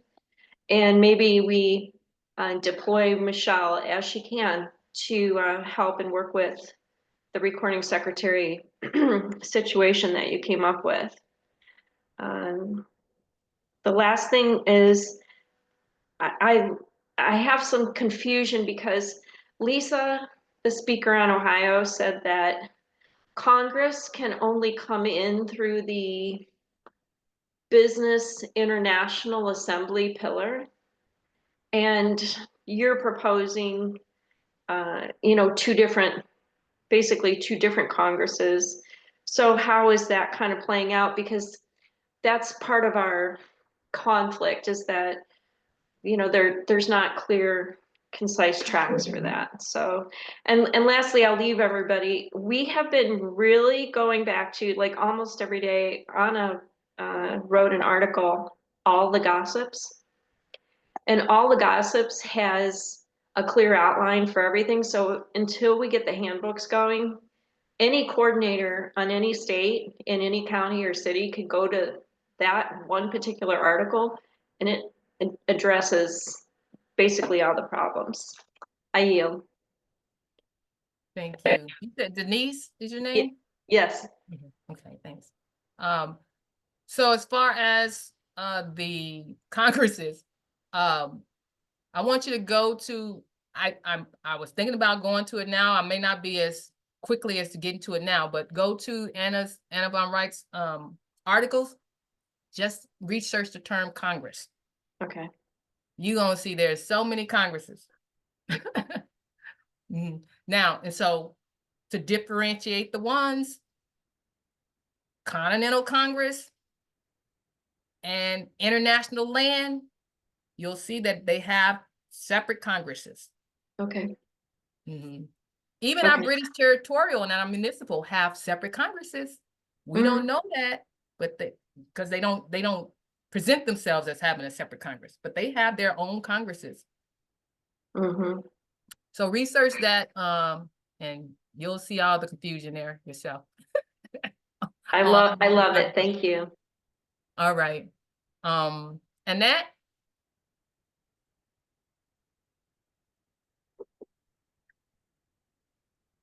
Can't hear you, Annette, if you're talking. I'm so sorry for the delay. I had to get plugged in. Thank you so much for incredible the work that you've put into this. It looks like you didn't sleep all week. And we thank you so much for taking the time to do this. And so many questions are answered. So what if we have Angie's been helping us figure out how to approach all these counties and get somebody active on each of the counties, and the 4 that we've done that with so far said that no one got back to them. That was the main complaint. One county was for an entire year that the man wanted to be an organizer, and oh, I got hell for that. But anyways, the person was frustrated because they had reached out so many times. And is there a process, and I know we touched on that last night a little bit, is there a process by which we can lawfully go into the LRO database with our recorder and determine just even if it's just emails, right? That we can reach out to send a blast to the county and say, we're trying to get everybody assembled, we're trying to get them organized, give them some really positive opportunity to reach out to us and see if any of them would like to be an organizer, or if they've tried and they're not getting any responses, and see, is that lawful or is that allowed, or I need to ask it in that way because you have far more insight than I, and we don't want to step on toes. That question has been asked before. We're still waiting on the answer for that. But part of that answer, though, I do know is, so the LRO is not only the recording secretaries can get in there. Is that right? Now the coordinators, the coordinators can get in there too, right? You all have to tell me. And that the coordinators, Yeah, recording secretaries can get in there, right? As to my understanding, yes. Our understanding, sorry, our recorder is able to, as you know, she's been working to try to help you figure out how many we actually have on Florida, so that are actual with completely papered up. So, with that knowledge, Yeah. we should be able to get every last county at least responding to us in a positive way, and without any way to outreach. It's very difficult because the ones that we are accidentally outreaching to are going, oh dear God, it's so wonderful that someone has contacted us. We've been trying so long, and it's like nobody listens. And are they, when they say nobody's contacted them, are they talking about in relationship to filling out the recorder's form? I mean, the state coordinator's form on TASA? Yes. Is that what they mean? Okay. Yeah, I don't know if it's every state, but our particular state, in an entire year, and I probably shouldn't have been doing this, but in an entire year, every month I send out a test. I'm like, it's the private eye thing. So I send out a test just to see if anyone will respond to a request to have a outreach on the entire state, and to this date have gotten 0 replies. Right. Same thing here. Yeah. Okay. So I do understand that you all have the problem of getting communication back and forth. So we'll have to, I don't think you can, right now, I'm going to say, no, it's not lawful for you to go in there to do anything. Okay. So Okay. we'll have to figure out the process for that because that is a bottleneck. People not getting responses back. And your county is not the next door neighbor's county. So you can't just go over there to do anything, but you want to know, because we mentioned both things, to be able to network with the other counties and find out, if they've been contacted. That I know you probably can't do, but going in there and finding your county to try to get with them, we might be able to do that. But I have to find out an answer for you. Okay, so in order to get every county populated, standing, all of that, there has to be some type of outreach. Yeah. And that was the number one feedback from the ones that have been just accidentally finding us is that they're bewildered, and a lot of them are actually leaving, like they're leaving their paperwork up. Yes. Please don't misunderstand that, but they're actually leaving the system because they say it's not working. Right. So, or at least not working for them. So, yeah. So we've we have to come up with a process, right? That's what you're saying. yeah, We'll have to and work on it. we may be unique in the fact that one person is reading all the emails, and so we're not getting any. We haven't Right. in an entire year. We have not gotten a single outreach from the website, from the actual TASA website. Not one in an entire year, which I find hard to believe since we have 500,000 men and women on our county. So to not have a single inquiry is not even mathematically possible.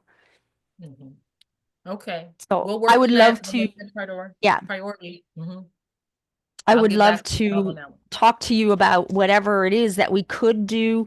Your website. We actually have reached out to a website designer, and I gave him a deposit to start it. Thank God that you came out for that today. That was beautiful. So maybe when we do have a presence online, that may, like you said, show people that it's actually real, and that may, if they're surfing, they may actually come upon us by accident. But whatever we can do to try to get all these counties up, it is a blessing for all of us, for everyone. And we would really love to know a way to how to participate to do that. Yeah. Okay, well, I will get on that question and see what process we can come up with that's lawful. Okay, thank you. One other thing. So I know Anna says, see something, say something. It's kind of the same thing. And I take the high road. I was a counselor for a women's shelter, and I know how conflict resolution goes, and I know how tense it can be, especially in domestic. So I take the high road. I'm not going to fight. I don't need to fight. I don't care.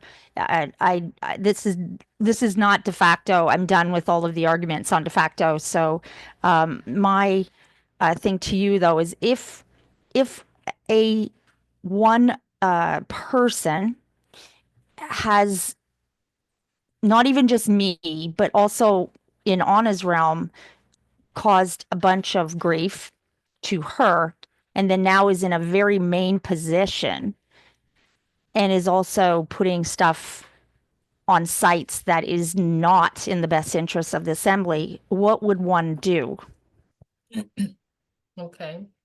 So the first question I have is that person on your assembly? No. The state, in the state. Yeah, on the state. Oh, they're in your, okay. They're not on the Yeah, county assembly, on the state assembly for Florida. correct. I believed the person was gone for a long time because of the argument they had with Anna. Very bold argument online on meetings. But now the person is back in a position of power. Second question, are they in a position of power on their state assembly? Yes. Okay. Is this person still causing problems while they're in that position? Yes. Then from the protocols that I've learned on Ohio, I would capture my evidence of Hit it. the problem. Got it. Got it. I would write up my complaint, dates and times, what I saw, who told me whatever, and submit it to Florida's, is it Florida? It is either Florida's Marshal at Arms, Florida's Oversight Committee, or Florida's Ombudsman. I don't know what your Florida does, but it's one of those three people. I would give them my complaint. And then Florida has its own protocol on how to do that. At least they're supposed to anyway. Okay. Except for that, they're chummy. Well, I'm almost, so the assembly should have the Marshal at Arms, the Ombudsman, and the Oversight Committee. Now, committee is more than one person. yes. Okay. So, I just really want to take the high road, but it is not just me. I was on meetings listening to this for a very long time with Anna literally screaming at this person, and now she's in a very powerful position. and still it's doing the same thing. yes. Yeah. Yep. So the Marshal at Arms, the Ombudsman, and the Oversight Committee can't get involved until they receive a complaint. So what I would do is Okay. write it all up and Okay. get it to them. Okay, but I don't want to sound like I'm creating conflict. That's my whole point. And it goes to everything you were just saying on your beautiful presentation, that some people might misunderstand it. Well, they have a job. They are an elected official. If they Okay. wasn't trained to do their job, that would be a problem. That's why I got training in my little presentation here. So proper Okay. protocol is have your evidence, write up what your complaint is as objectively as you can. Mhm. 'Cause, there's emotions involved, so I know you might, not you, but people might want to say things you shouldn't be really saying in a complaint. So write as objective as you Yeah. can, and then submit Well, it to the people on your assembly. yeah, I'm just taking a very professional point of this. It's not Yeah. raising my blood pressure or anything. It's just that it's counterproductive for the entire assembly. Mhm. And now, Okay, I appreciate it. Mhm. Annette, now you didn't say it. You see something, you got to do something. You see it, so Yeah. you got to do it. Okay. I appreciate your time. Thank you very, very much. And again, you are such an inspiration. I'm sure all of us agree. The work that you put into this so that you could share it with us is extraordinary, and I appreciate all your time. I yield. You're welcome. All right, Angie, Florida. Yes, hello. I thought I heard you say that the state is not supposed to vet county organizers, that the federation is supposed to. Let Is me look at my notes. Did he answer my question? So I sent that question. We talked about that in our liaison training last night, yesterday. Same question came up. I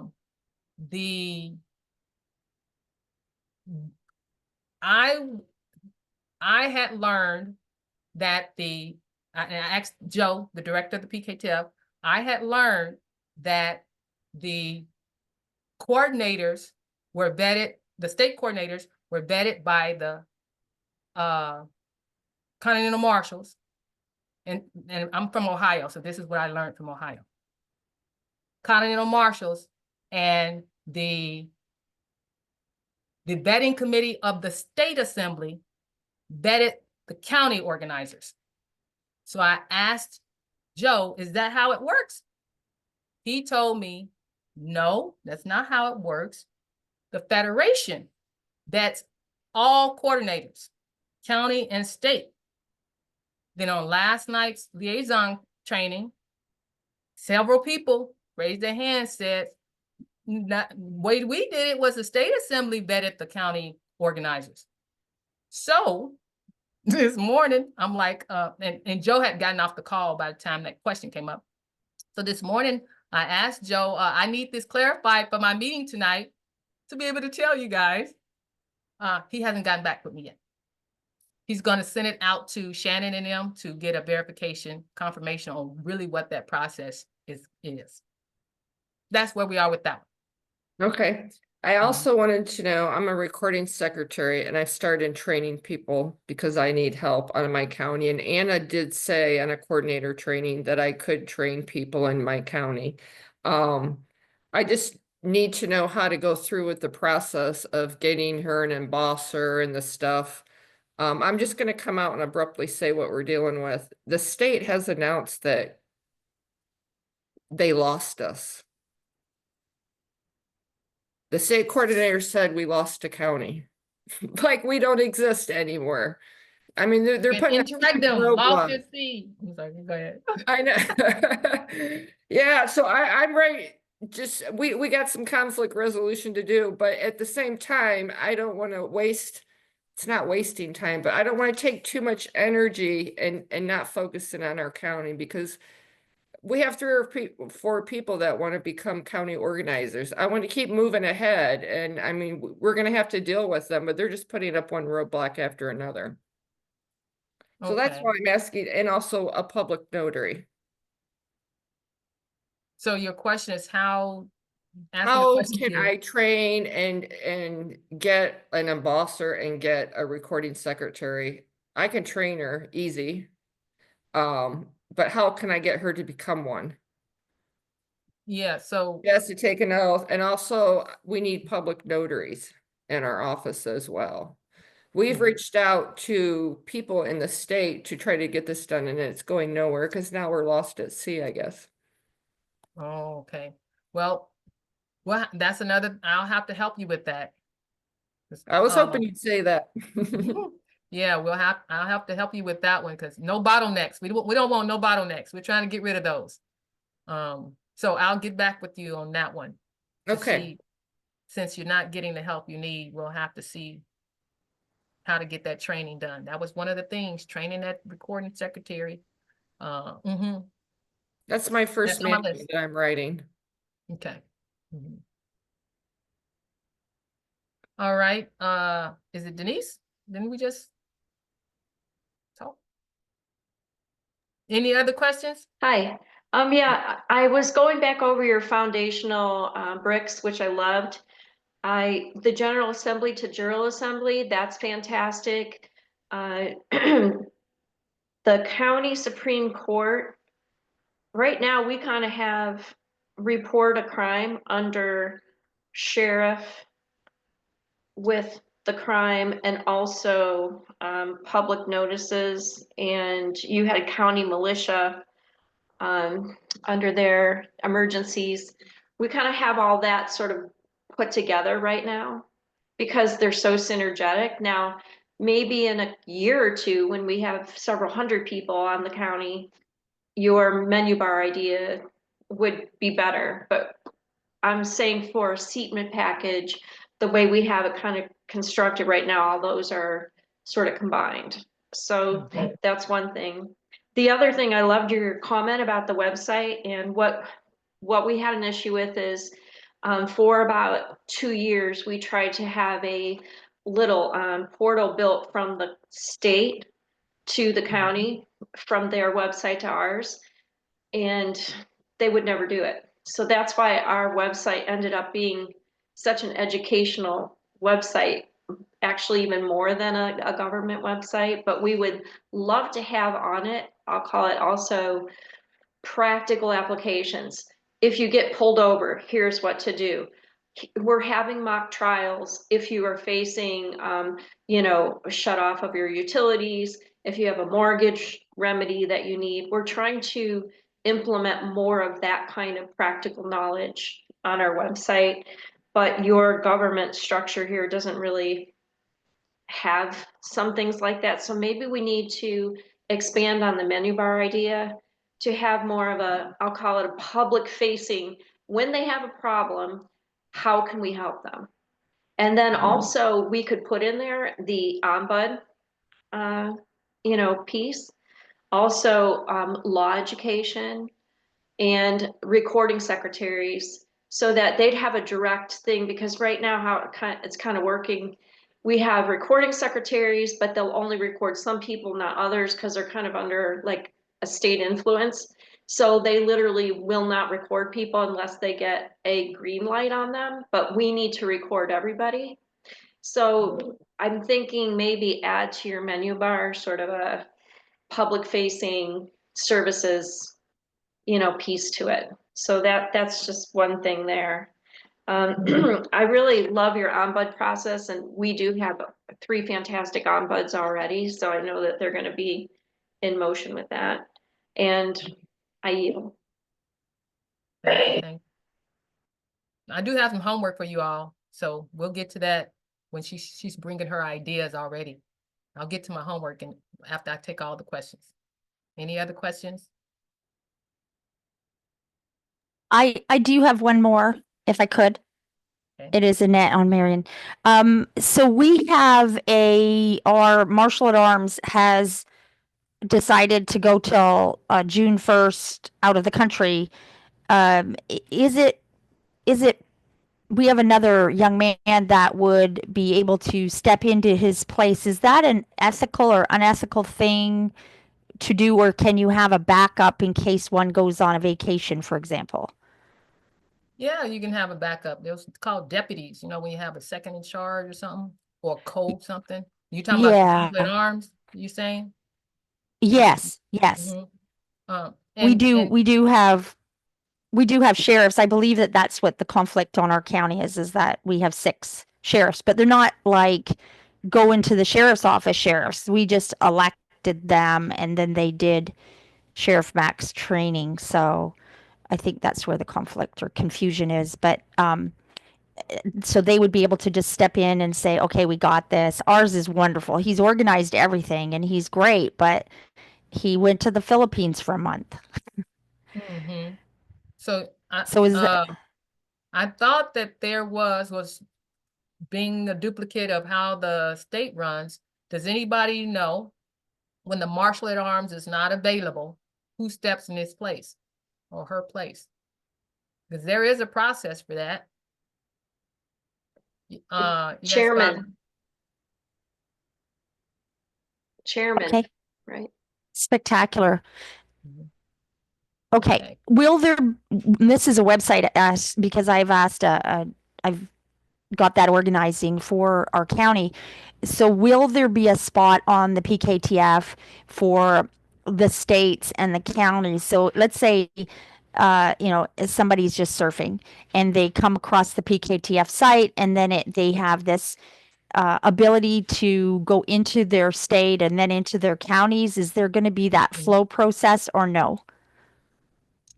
That flow process is, yeah, Joe did start building that out. It is on the website. I'm not sure what tab it's under, Okay. but yeah, he did start building that out on the PKTF website. We Okay. didn't have it many counties, so I know it's not a lot of counties that's there, but he did show it to us. So it is there. But also, we are, like I mentioned, that Anna said that we can start developing the official government website. There is going to be on there as well the list of states and with the list of counties listed out there too.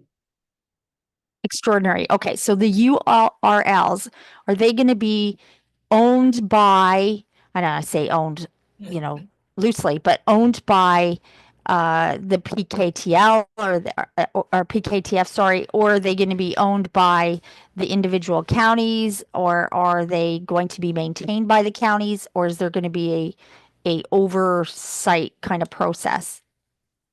Right now, the ideas for you to have your own URL, your assembly, to own your own URL, to own your own website. Okay, and then we're going to maintain it on our own. Mhm. Okay, so I just need to know because when, we're not going to, each of us that are in place right now aren't going to be here forever. So as we step away, the men or women that are taking our places are going to have to have an understanding or understanding of what's all going on. So I appreciate that very much. Thank you for your time. And this has been so, so helpful today. Thank you. Welcome. Now, on a regular de facto job, if somebody's gonna or got hired or leaving, they train the people that's coming in. So I think that's a good practice. Train the people who's coming in so they'll know what to do when you leave out the, leave off the assembly. That's a good practice for the assemblies to have, I think. Deborah? Thank you, Louise. I have a couple of things, but first I want to clarify because I didn't quite understand. Based on staying in your own lane, speaking about the marshal at arms at the county level, which that doesn't happen, and sheriff. So I was confused by that response. If you can clarify that for me, that would be great, just because I'm learning as I'm listening. Are you saying there is no marshal at arms on the county assembly? That's There's no correct. sheriff on the county assembly? Only a sheriff, the sheriff that's, and Oh. any deputies that he has. There's no marshal at arms at the county level. Okay. So so what is that position? So we know what the marshal at arms is for, is to protect the assembly. And that's what the sheriff yeah. does at the county level. Ah, okay. So Yeah. the sheriff actually attends the meeting and acts as a marshal at arms? That I don't know, but I know there are no marshal at arms at the county level. It's only at the state level. Okay, so that's another duplication that doesn't happen, if that's Right. true. We'll have to find out. Well, there's no sheriffs at the state level. That part I know. Yeah. So it's Yeah. not a duplication. It's just a different title. It's just a different position, right? It's just a different job. Yeah. Well, I meant that so what I've been learning is whatever we're doing on the state, we're gonna duplicate it on the county. So I'm hearing that part ain't duplicated on the county. Not duplicated, yeah. And so the sheriff can have deputies that will fill in for him and do what he needs done if he's not there, but no marshal at arms. That's why I was confused by your response. So thank you for clearing that up. The other thing is, Louise, your idea is so spectacular about how to work through the counties and the way you put together this reporting complaints and having people work it out and keeping it totally confidential. Beautiful job, I have to say. My question to you, for my part, which I'm happy to do because this is important stuff, is how do I know if the person that is stepping forward is actually the elected ombuds for their county or their state in order to participate in this initiative? That you can answer for me later when you figure it out, but that's my question to you, because I know some people coming to the International Ombudsman meeting, think tank, were not, they were kind of, but not elected and that type of thing. So just wanted to make sure all the ducks are in a row, and I yield. Okay, so my answer to that one is I'm not envisioning you finding ombudsman to do this. I want you to ask those who attend the ombudsman meeting. I don't know if they're ombudsman, I don't know who they are. I mean, I don't know who all they are, what positions. The positions is not what I'm focusing on. It's just that the fact I know they're attending your ombudsman training, so I know they know what ombudsmen do, but they may not hold ombudsman offices. I don't want ombudsman officers. I just want people who's going through your training who wants to step up to be an intern. Great, thank you. Okay. Rocky? Hi. I wanted to clarify the thing about the sheriffs and the marshal arms. The sheriffs are basically the highest paid or highest law enforcement of the counties. Okay, so they're the ones that control that. So when you have meetings or have anything else, and the security or the person that keeps the peace in there is the sheriff and their deputies. Okay, so they're basically the ones that like on the state, the martial arms would keep the peace and record keeping and all that. In your counties, the sheriff does all that work. They make sure your records are safe. It's like when you have your court case in your assembly, the sheriff will be there to keep the peace, right? It's the same as martial arms. as far as title goes, right? So he would be the person or his deputies, because he can't be in every place at all the times, that he would send a deputy, whatever, to whatever, like we're having a meeting, a deputy would be on there to be the marshal of arms at that time, at that meeting, to keep the peace in the meeting, right? And if there's any records or whatever, then they would make sure the records are saved and that kind of stuff. So the county is different than the state because we have a sheriff, which is the highest law enforcement in the county, not in the state. And the marshal of arms is the one in the state. That clarifies. And then we can ask Anna more questions on that because I've asked her several already on that deal, and that's basically what she told me. So we can clarify it more if we need to. Anyway, I yield on that. Thank you, Rocky. Yep, because I've heard it differently. We'll make sure we get it right though. Any other questions? Time for your homework? Okay, so you got go ahead, Bobby. Hey, Louise, sorry.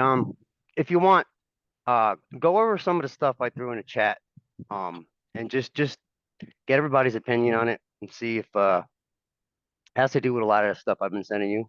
Okay, go over it and see the general consensus on what's been put together for me. If you guys want to take the time to do that, real quick, doesn't have to be in detail. Just kind of look over it, and see if a general yay or nay. This county text one right here. Everything I put in the chat. Yep.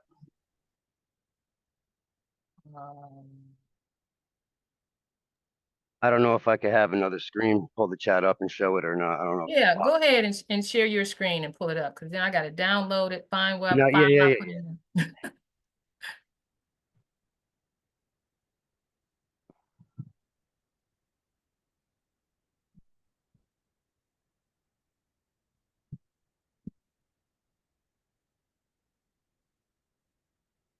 Okay, you guys see me? Oh, okay, there we go. Okay, let's see here. You know what? It's not going to let me do it because my screen, yeah, my screen's blank. I can't get to my chat. Yeah, it's not going to let me do it. All How about right, I let me do find this? it. So, Yeah, no, it's not going to let me do it. okay, give me a moment here. Let me see. Oh, County. Is it just the one document? no, there's a few. There's a few documents and it goes over a few courses actually, specifically to what you were doing. Well, I got the first one, the county text document up. Let me share my screen. You can go over here with Okay. us. Yep. Yeah. Go ahead. Go your thing. Yep. All right. Can y'all see this? So this is Bobby. Is this the one we can go over first? Yeah, I think so, Louise. Yes. Bobby is our Yes. communications person. For those who may not met him yet, he's on the PKTF directorate as our communications person between both the international and the soil jurisdiction. So he's going to give us some insight here. And he's got, you see how I come out with all this information? He's another one of those. Okay. Let's see what we got here. Can't hear you, Bobby. I apologize. All right. So, all right. The first thing, this is like a general overview of a thing I have going on. It's a project that coincides with what's going on, a way to meet the de facto command staff and things like that, and also incorporate your resurgence project and everything you're doing. This takes everything and it just kind of goes way into detail and expands on what Luis is doing. Okay. The backstory is I've been working on this since about 2000. I think when was it? 2009 when I got ambushed and shot by corrupt police. Okay, so this is how this all started. This is an overview of an app that is in development for private download, which includes PKTF privileged information but then also public app and development for all the iOS and Android apps and everything that includes exactly what Louise is doing. She has her own part in this app. So anyway, this is an overall a thing about specifically county government official website specifications, based on what Louise is doing. If you scroll down, Louise, keep going. There's like an appearance and vibe to this, okay? So it's very formal, minimalist, like, I have a motto in defense of the living people and law of the land, okay? So how does this relate to what I'm doing? I have an esoteric part of this that combines what the laws mean spiritually. But this is a whole totally different subject. Let's concentrate on this. So, like Louise was saying, we're not going to have everything's committees, all right? So how do we do this? So if you keep going, it clarifies it, and now just like go through the thing. Training track outlines. Okay, what does that include? Who's our audience? All right, county organizer training, project management. Teach you guys lawful communication, assembly operations, but not how you typically think that we're going to do them. So this is broken up into 3 time periods. Pre-1776 constitutional, which is where we are right now because we don't have anything settled, right? So what was the law back then? If you go back into case history, right, it was usually coming out of the Southern District of New York. Okay, and Anna is strict about this, and if you really dive into this as much as I have, and I don't expect anybody to because I got fired and I had nothing to do for 10 years, okay? There's a guy named Gratis Benedict, and this is based off American Admiralty, okay, which is what the Federation, the Republic would be practicing, kind of, but it relates it to how we have to operate in common law. All right, so this is where the process has come from, and there's actual forms, okay? So with this, there's really no assemblies, so the basis of all this is self-governance, right? Grassroots things without necessarily having to go through assemblies by forming, because you got to remember something. The Federation can't come in and do anything. This is all about self-governance. Well, can you guys see me? I can hear you. All right, something happened. Long story short, it's about self-governance. You have to learn how to govern yourself to govern your state and your counties, right? So let's drop forward because it goes down to like how you form towns, the way they would do it in that time period, because we can't just jump into 2025 law, right? We have to do it to where we are back when we started. As things bound is so it's unbound, so we have to do this, but we have to do it in the time period and form presentations to grand juries. All right, so who's the grand jury if we don't have one, right? It's the people. Who are the people, right? And you got to remember something too, when it comes to this, taking titles diminishes you. So, you have to consider that as well when you're doing all of this, and this is why Anna can't jump in, or anybody from the Federation can't jump in, because you have to have proven systems. Okay, this has to be, how do we make this real? We work in committees. What do? Public declarations, okay, processes, general orders, standing operating procedures. It has to be documented, written, okay, spelt out, not just for what's going on now, but what happens in the aftermath of turnovers or convictions or prosecutions. Because if we're going to do justice, then if harm and loss is caused, those responsible have a trustee obligation. They have a fiduciary responsibility to make sure that people don't get screwed. If you're in an elected position and you're perjuring yourself to, people who are vetted as investigators, well, that's a real problem. So there has to be processes. And the thing is, this isn't the legal system. We're not after controversy. We're not after people. Okay, this is a rescue mission. All right, like, even you have to consider that when you're dealing with law enforcement too. Those guys, they don't know what the hell is going on. You have to get to them through their closest things from the outside. Okay, you can't investigate something or do something while you're working in that circle. You have to separate and look at things from a bigger picture. Okay, so back to the counties, you have to understand the delegation of powers. Okay, why are the county sheriff's badges 5 stars? You know, there's a reason behind that. You know, it's 5-star sovereign power. You know, that relates to a lot of things that could be used for good or bad. You know, the people that are against us invert that literally, and they use that symbol for something maleficent, right? And that's what we fight against. Okay, so 5-star sovereign power is a county thing. Like, you are the supreme power. What does that mean, right? What does that mean? It's an energetic thing. Okay, it's based on energy and frequency and motion and you know, all these things that are unseen that are actually true. And if you look into Anna's articles, she explains it all, but no one talks about it. Okay, so you have to bridge the gap between the seen and the unseen. So where is this world? Where is this war being fought? It's the unseen. All right, it's air jurisdiction. What are the jurisdictions? How many are there? 3? 5? Who says 5? Who says 3? Is this a test? Think about it. So we have law. What's law? Land, air, water. What are the 5 elements? Land, air, water, fire, ether. Right? Peacekeeping task force is ether. We're the 5th element that brings everything together. Okay? Sovereign power.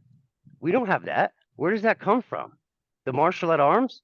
Where does his power come from? It's dependent on the people's power. The people. If you're in a marshal at arms and you're going against the people, you have no standing. Because your stars are not pointed, they're capped, meaning you're capped by the power of the people. Your power depends on the people, dependent power. So what's delegated power? Delegated power is trapped in a circle. That's why our seals can't be, you know, circled. They have to be edged, right? There has to be room for the air and the other jurisdictions to mingle through that. All right, it has to be matriarchal.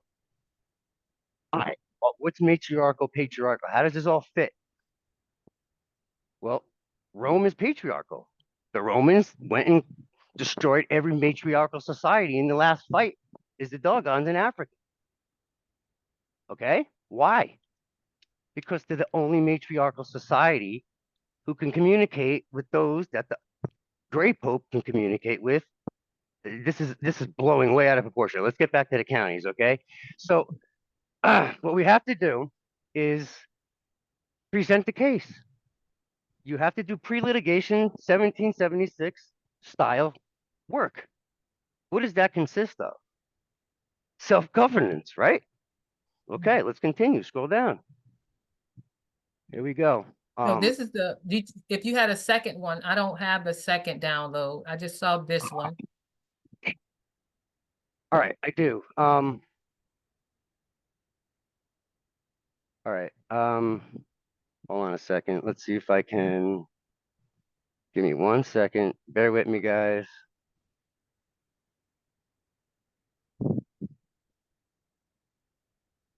I think You it's this one magnificent, here. you magnificent bastard. Look at this. All right. Let me just grab my okay, Bobby. Sorry, guys. Bobby's world's a little crazy at times. I mean, well. Yeah, you're getting a little piece of Bobby now, because this is what we feel bad for them. Promisely feel bad for them. I'm like, all right. I'll take a screen share again. Let's do this. I think this is it, but it's not a downloadable. No, it's okay. I'll see if I Yeah. could do something here.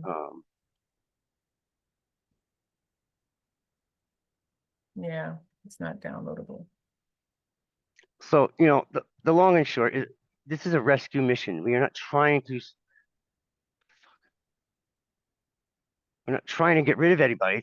No one's done this in 160 years. Like, but we have to begin processes. So if there's something wrong, we got to address it. If you look the other way, that's how I got shot. It's not happening to anybody I know again, so. Do you have it on your phone there? I see your phone. Oh, you do? Okay, let's see here. Well, now I don't see your phone. So what I want you to do, Bobby, is so we got the one download. I'm gonna send that out with the replay.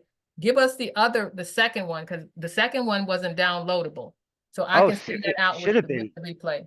All right, I will. I'll do that. All right. Because I think I saw it in the chat. I think it was in there. Okay, let's do this. All right, Okay. so here's something that comes from what I'm doing. All right, it's an immediate deployment system for conflict resolution. It's expanded on things that we've already done and international standards and things like that, but it's molded to what we do. All right. So I'll just go through the phases, So there's basically a peace meeting, with minor disputes handled privately between peacekeepers and ombudsmen, right? Mediation panel, if unresolved, a 3-person neutral panel mediates the issue. Okay, assembly public relation, if it's serious, full assembly votes on lawful remedy, removal, suspension, apology. These are real, just like cliff notes, because the whole course it's a little course, so, This is a training course that you're putting together, right, Bobby? It's already put together. It just needs approval from everybody and adjustments, because it's a rough draft. This isn't Bobby says all. Bobby just brings ideas and lets you guys run with it. You know what I mean?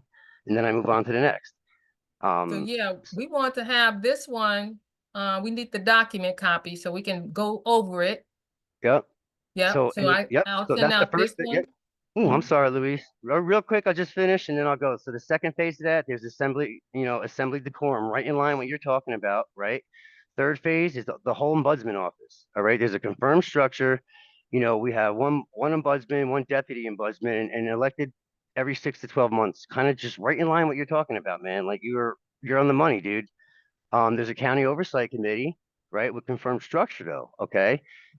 And like when we do that, that could be all changed, but this is just something to go on. All right. So, the government official website specifications right in line what you're doing. Supreme Court for the county. The website contains all this stuff here, and you guys will go over this. You can slow it down on the recording. It has its own appearance and vibe. So I have a section for the business committee, facilitating lawful non-corporate operations under common law, business guides, how to formate assembly jurisdictions, but not franchises, because you can't do the franchises, right? Doing DBAs, but the lawful form of that, the militia system, training for all that stuff, but for the county though, all right? So it's not, so the type of it's not county militia pillars. All right, so this is like a typo. Okay, so this one I have to redo because we're going to end up going basically as, I guess, units of or divisions. You understand? That can with agreement go to each county, because what do? Not contracts. We work by agreements, correct? So we could work out agreements with other counties and blah blah blah, going from there. And this is just an oversight. So anyway, all these things I have, go through them. This is just the tip of the iceberg. Let me know what the nix, expand, cut, but this has to be done by everybody. You know what I mean? So this isn't my thing. This is just, I'm just a tool that gets it out there to everybody. So I'm not married to this. You understand? It's just a guide because there's nothing out there to go by. So over the years, what I've done with 20 plus years in this, and then, working as, undercover work and all this other shit, and being a pre-litigation, geez, man, case manager, all these things, there's also a paralegal, the paralawful course in here. Yeah, you can see that he has colorful language. That's what I call colorful language. Yeah, don't mind me. I really, I just, we got a question. I yield. I yield. Go ahead, talk to me. Okay, Denise, you got a question, and some other hand is up too. Just kind of looking at Bobby's notes that were in the chat before, and then now that you're explaining more of it, Bobby, I really think that this is necessary, and it could almost be like another vector of training. Since what we have right now is a series of handbooks that are being passed around the assemblies. We're being told that we can't do anything with the handbooks and that we need years of training before we even try to work with the handbooks, which I reject that offer. I think Bobby's more detailed explanation about how a county can function, that's gold right there, because we don't have the, I guess, template to modify to say, how is that going to fit what we need to provide as services for the people? Now, I do know that the handbooks that are being passed around are kind of like for state assemblies.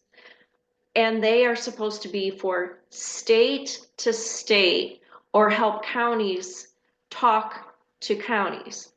That's what those handbooks were made out of. That's the purpose of them. However, what they were repurposed to is basically like I'll call it like a king, queen, slave, or a parent-child process. And so suddenly the counties started hearing, you have to do this and you have to do that. You can only do it by this way. And this handbook is how you're going to do it. And this has everything in it.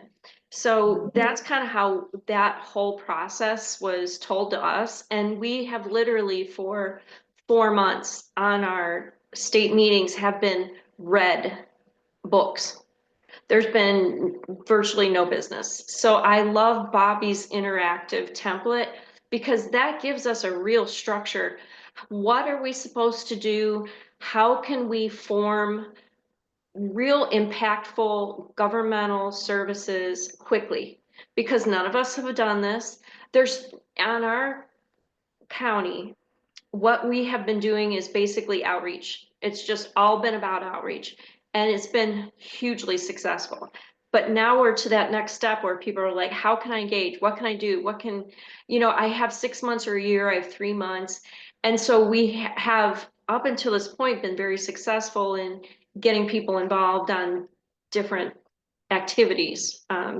But this is something that is what Bobby's proposing is almost like a curriculum where somebody can just adopt a piece of it and say, I really want to get good at this particular job or this liaison position or know about a process. And that's what we need is some meat. Like we have a lot of 30,000 feet sort of,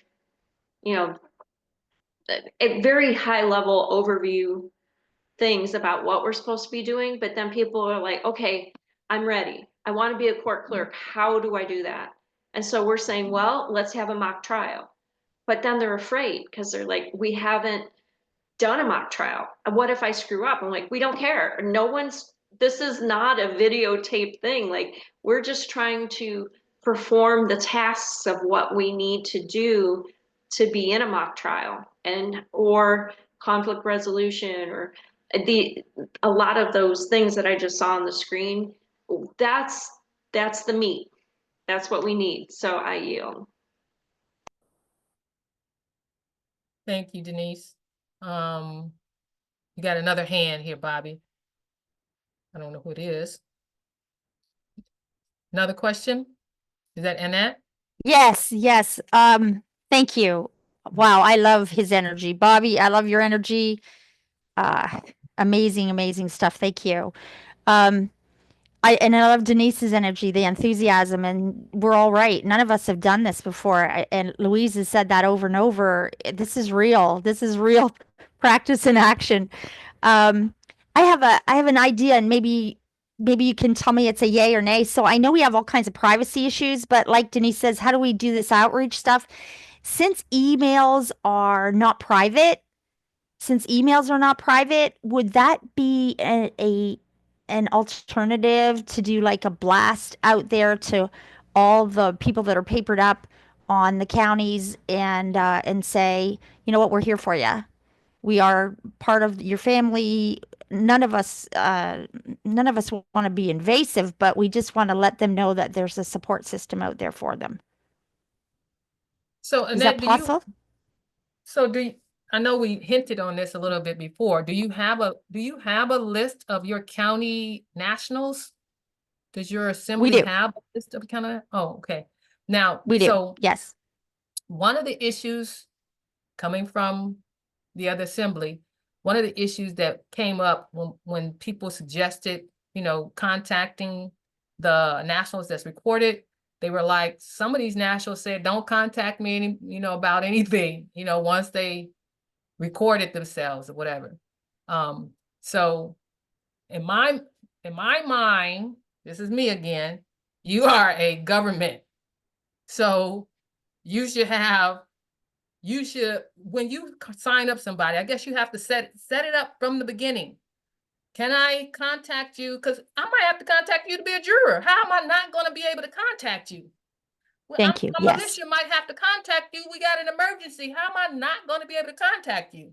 Set that up, understanding, understanding, whatever, at Understanding, the yeah. beginning. So if you're thinking you're a government at the beginning, you will let them know this. So at this point, my question have to be, when you got their email, did you get permission to email them? Yeah, I agree 100%. I mean, who doesn't get an obnoxious amount of emails nowadays? But it is something that we all have to understand that without that contact, I can't tell them there's an emergency. I can't help them to be aware of what's going on in their governance, right? What's going on for them.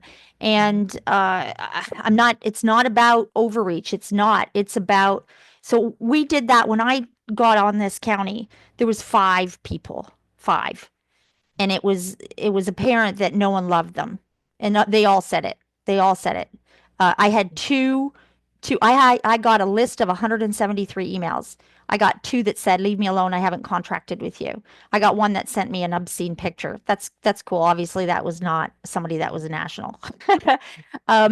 But we were able to pull back by telling them, we're here for you. We were able to pull in 30 more people. Like, it was just, nobody had touched them. Nobody had helped them. Nobody gave them any love or light. And so if we're going to be different than de facto, we need to be different than de facto. We have to do like Bobby said and be an inspiration. We have to be family. We have to be the light. We have to give them a reason to actually care what happens to their county, to their country, to each other.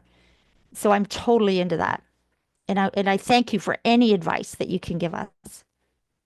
So from my point of view, I would send them initial email. If you didn't do it from the beginning, time to correct it now, course correct. Send them initial email, introduce yourself as the government, and let them know the types of services that you provide as the government, and get their permission to continue to communicate what's going on with their government. They'll tell you then, yes, you can continue to contact me, or no, or, well, can we put you on our newsletter? If you have a newsletter, get it then. Go back and our Telegram has been very, very, very helpful. And we have them coming from different counties, even some different states, just to see how it works and see how we get the interaction. And it's been so positively received. I just wish all these other men and women on counties that they're not getting that. I don't want them to walk away from the assembly. I don't want them to think that we don't care, because we do, but they're just not hearing it. Yeah, that has been a pattern that the assemblies, well, because we're all volunteers, we don't have all that time, but we need to, the assemblies didn't have that constant contact when they first got recorded, which every assembly should have and set up when they first get recorded. So maybe your assembly don't have a newsletter or that constant thing that goes out, but somebody on the assembly needs to be tasked with communicating once a month or once 6 months or whatever, that we're still here. Do you need something? Whatever, some type of communication. Deborah? Yeah. Thank So you. as a, I was sorry, sorry. I'm sorry, just one last question. Deborah. And So let's give that another- as a model county, is it our job to also try to inspire the other counties on our state, or am I misunderstanding that? Yeah, that's your job. That's your job. Okay, all right. And if and things that you saw that wasn't working or that created a bottleneck, it's our job as a model county to fix those bottlenecks and to go back and say, from the beginning, we should have done this. So as we're helping other counties get reconstructed, we know what to tell them from the beginning, establish it like that. That's why I'm going with those foundational bricks. When we start getting them going, these are the foundations you need to start on first, you know? Yeah, Spectacular. Thank you so much. all right. Thank you. I just wanted to add to the conversation what I think would work at the county level that's we're doing at the state level is reaching out via a real letter that goes via the post. And the letter was put together in committee, basically telling them, hey, we're here because, you know, Michigan's in their 4th iteration. And I think it might work at the county because if you get a piece of mail that's hand addressed to you and it has your county logo on it somewhere, somebody's going to open it. And it's not so true of emails that come through because people are inundated with emails. And I just dropped that to you because I think I think you might get a better response. I yield. Should it be handwritten? We didn't handwrite it, but we did handwrite the envelope, and it is signed by all the officers. So Okay. that shows they have people that are Human actually touch on working it. the government. I yield. All right, great. Rocky? This goes along with what they were saying about getting the email list, whatever. If you can't even get an email list, how are you going to get an address list of everybody in the assembly? When they're blocking you from getting that information, you can't do the outreach that you really need to do, and that is outreach all of that information. Mhm. And is it a common thing that the counties don't get the email names and everything of the nationals that recorded on your counties? Do Yeah, you get access to that?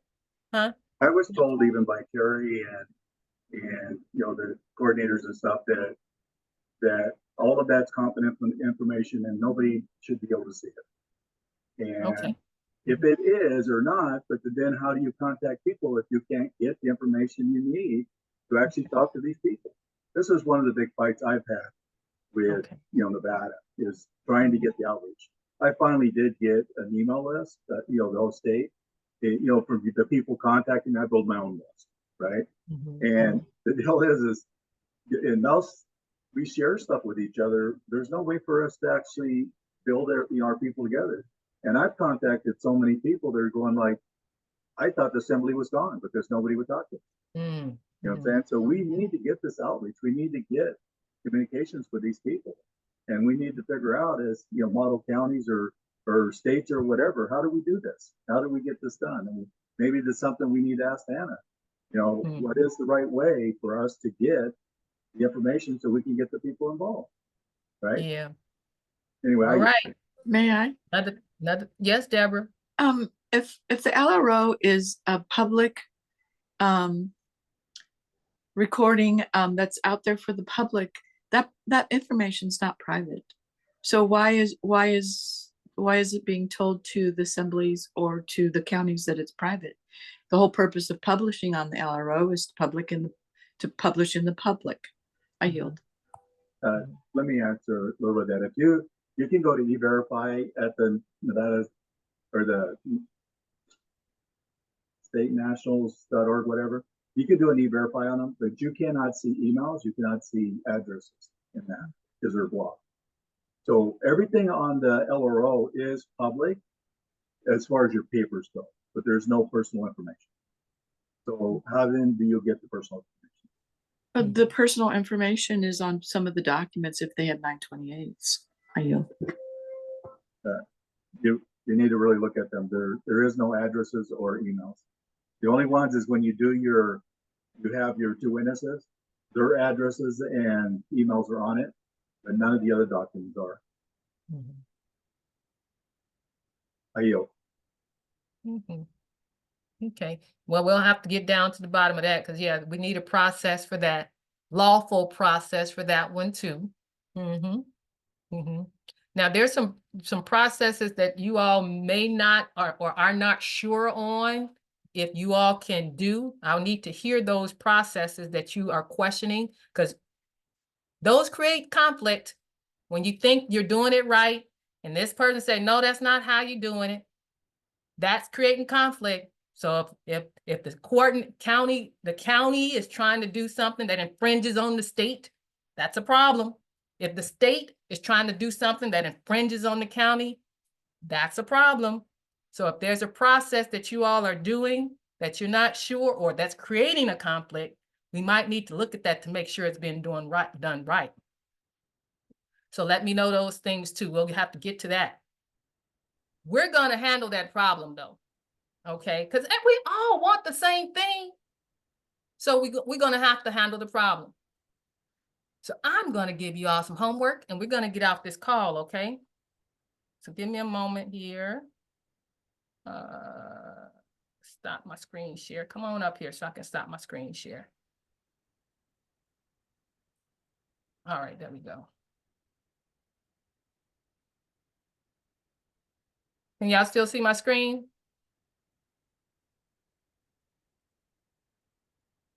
Can y'all hear me?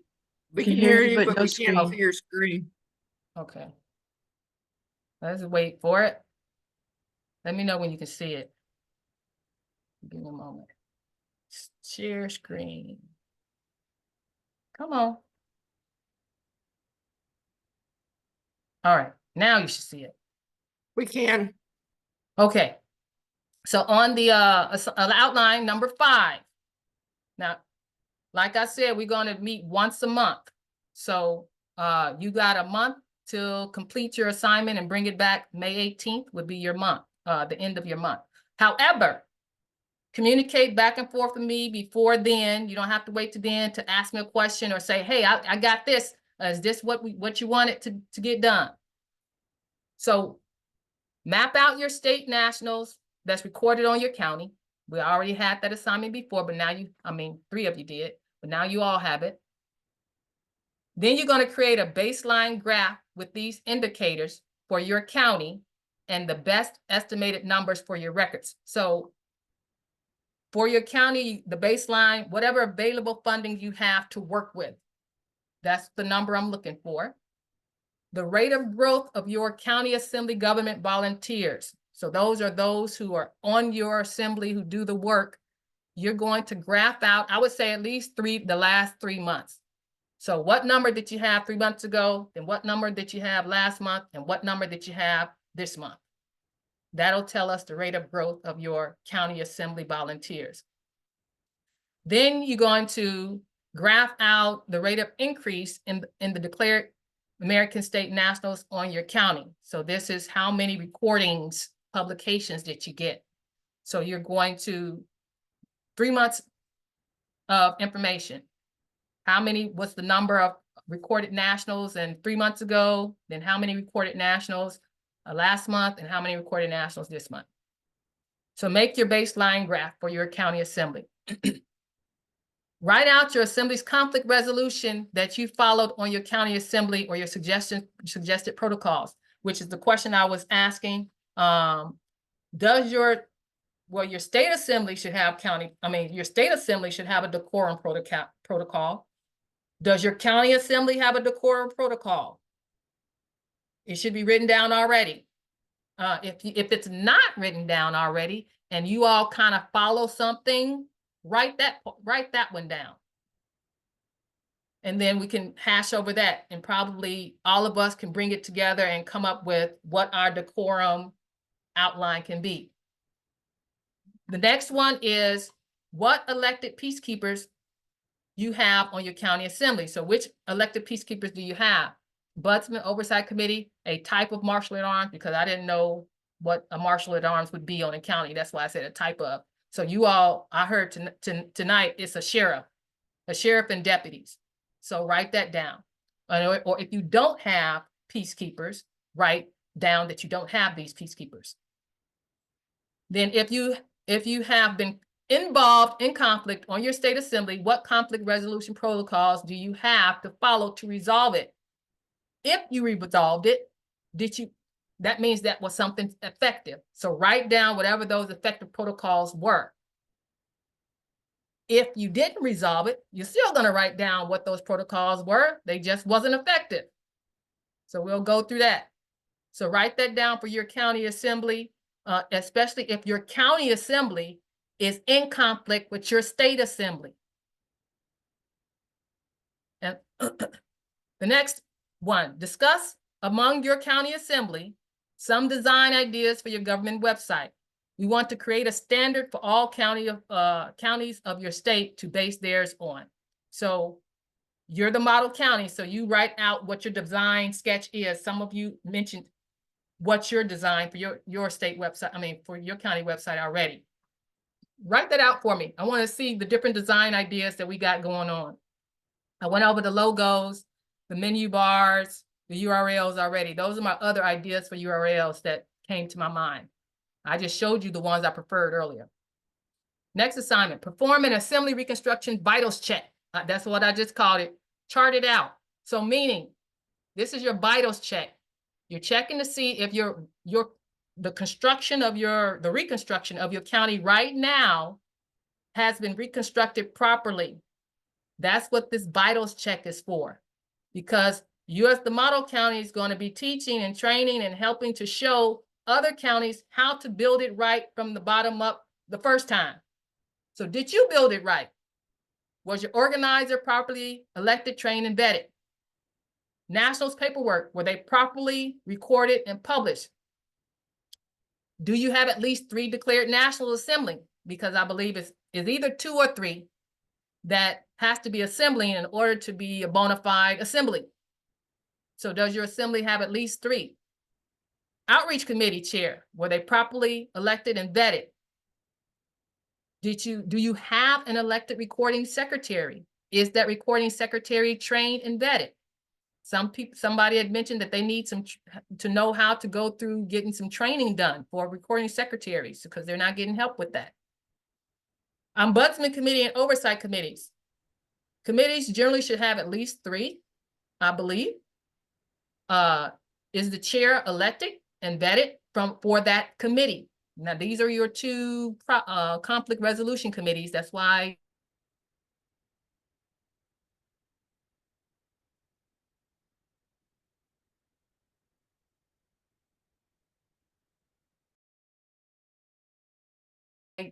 I'm doing that one. Vital schedule of your General Assembly meetings, calendar of events, and minutes posted to the website. Do you have that on your government website? You have your schedule of your assembly meetings? Do you have your calendar of events somewhere on the site?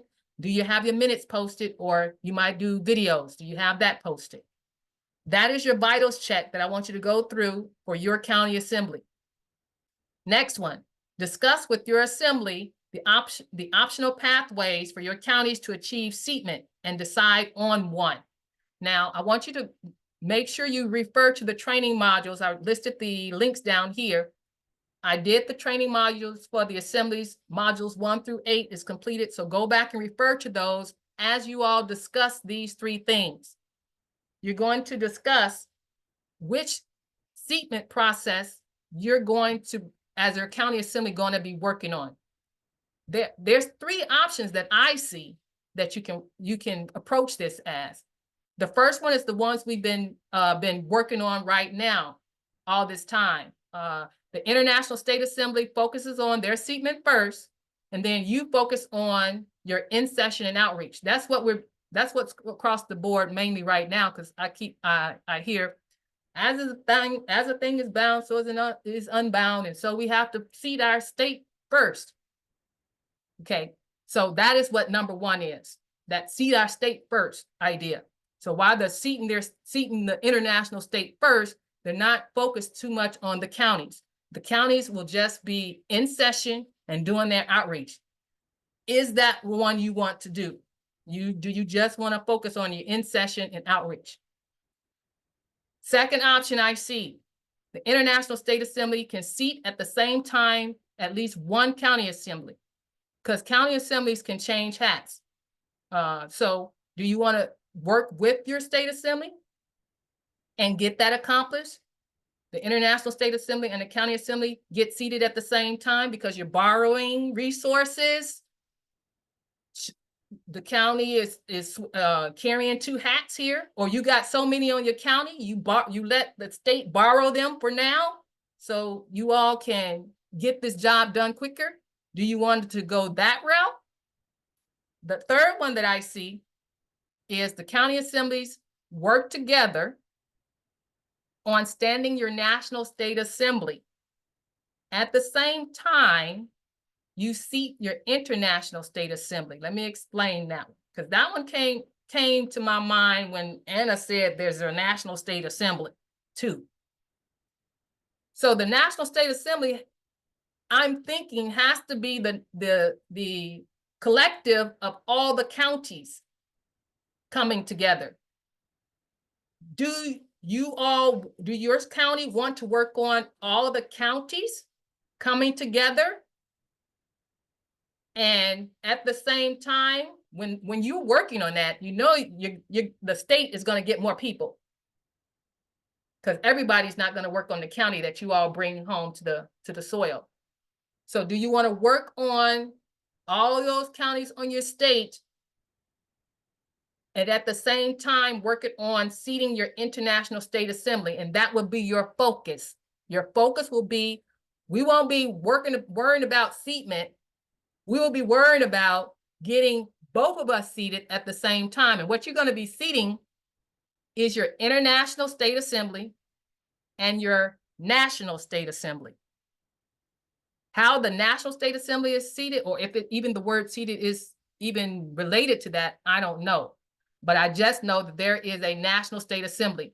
That national state assembly has to involve all of the county assemblies in order to be a national state assembly. So something is happening there. And I can see if the model counties are working toward getting all those counties organized, there is going to be so many more available people to work at their work on their international state. So you should be able to do them both and get everybody seated that way too. Look at those training modules 1 through 8, and I talk a little bit about that to get a little idea. There's still more things that we don't know. So you're going to, we're going to have to ask Anna some questions on some of this. Then there's another, the modules, there's a playlist there of some of the execution videos. I explained how to do the postcards and holding the county public meetings and that type of thing. And then there's an advisory video, a set of those, maybe 5 or 6 and more are coming. Those videos there where I selected different people to talk about different elements to the Resurgence Project that they can give their expertise on. Watch those too. So this is enough homework for this month for you all to work on. If you have questions and stuff, don't wait till May 14th to ask me the questions. Go ahead and ask me. Some of these things we're going to be dealing with before then, because I know Clark County has a major problem over there that we need to address before May 14th. Okay. Everybody understand their assignments? Okay. Now, the Strategy Task Force is having their next session May 4th, not May 14th, or May 18th. Y'all, Congress and Training is May 18th. That's the next month. But we will be here next in 2 more weeks. If you all want to come, that's fine. You can come. The focus is going to be on something different though. But it has to do with the Resurgence Project. So you can come if you want to come to that one. But just for sure, your session for Congress and Training session 2 will be the May 18th. The regular Strategy Task Force session 14 is going to be May 4th. I hope that's clear as mud. Okay. All right, I usually get the replay out before the end of the night. I try to do that. And then I'll send out any attachments and Bobby's attachments. I'll send that out too. Any other questions before we leave here tonight? Sorry, Louise, just before you clear the chat, did you get that email I got that has the stuff in the chat? Because if you didn't, I'll recopy it real quick. Okay. All right, you all have a good night. Thank you. Thank you, Louise. Thank you, Louise. Good night. Thank you so much, Louise. Have a beautiful night. Thank you. Louise. Bye. Thank you. Have a good night. Thank you, Louise. Good night.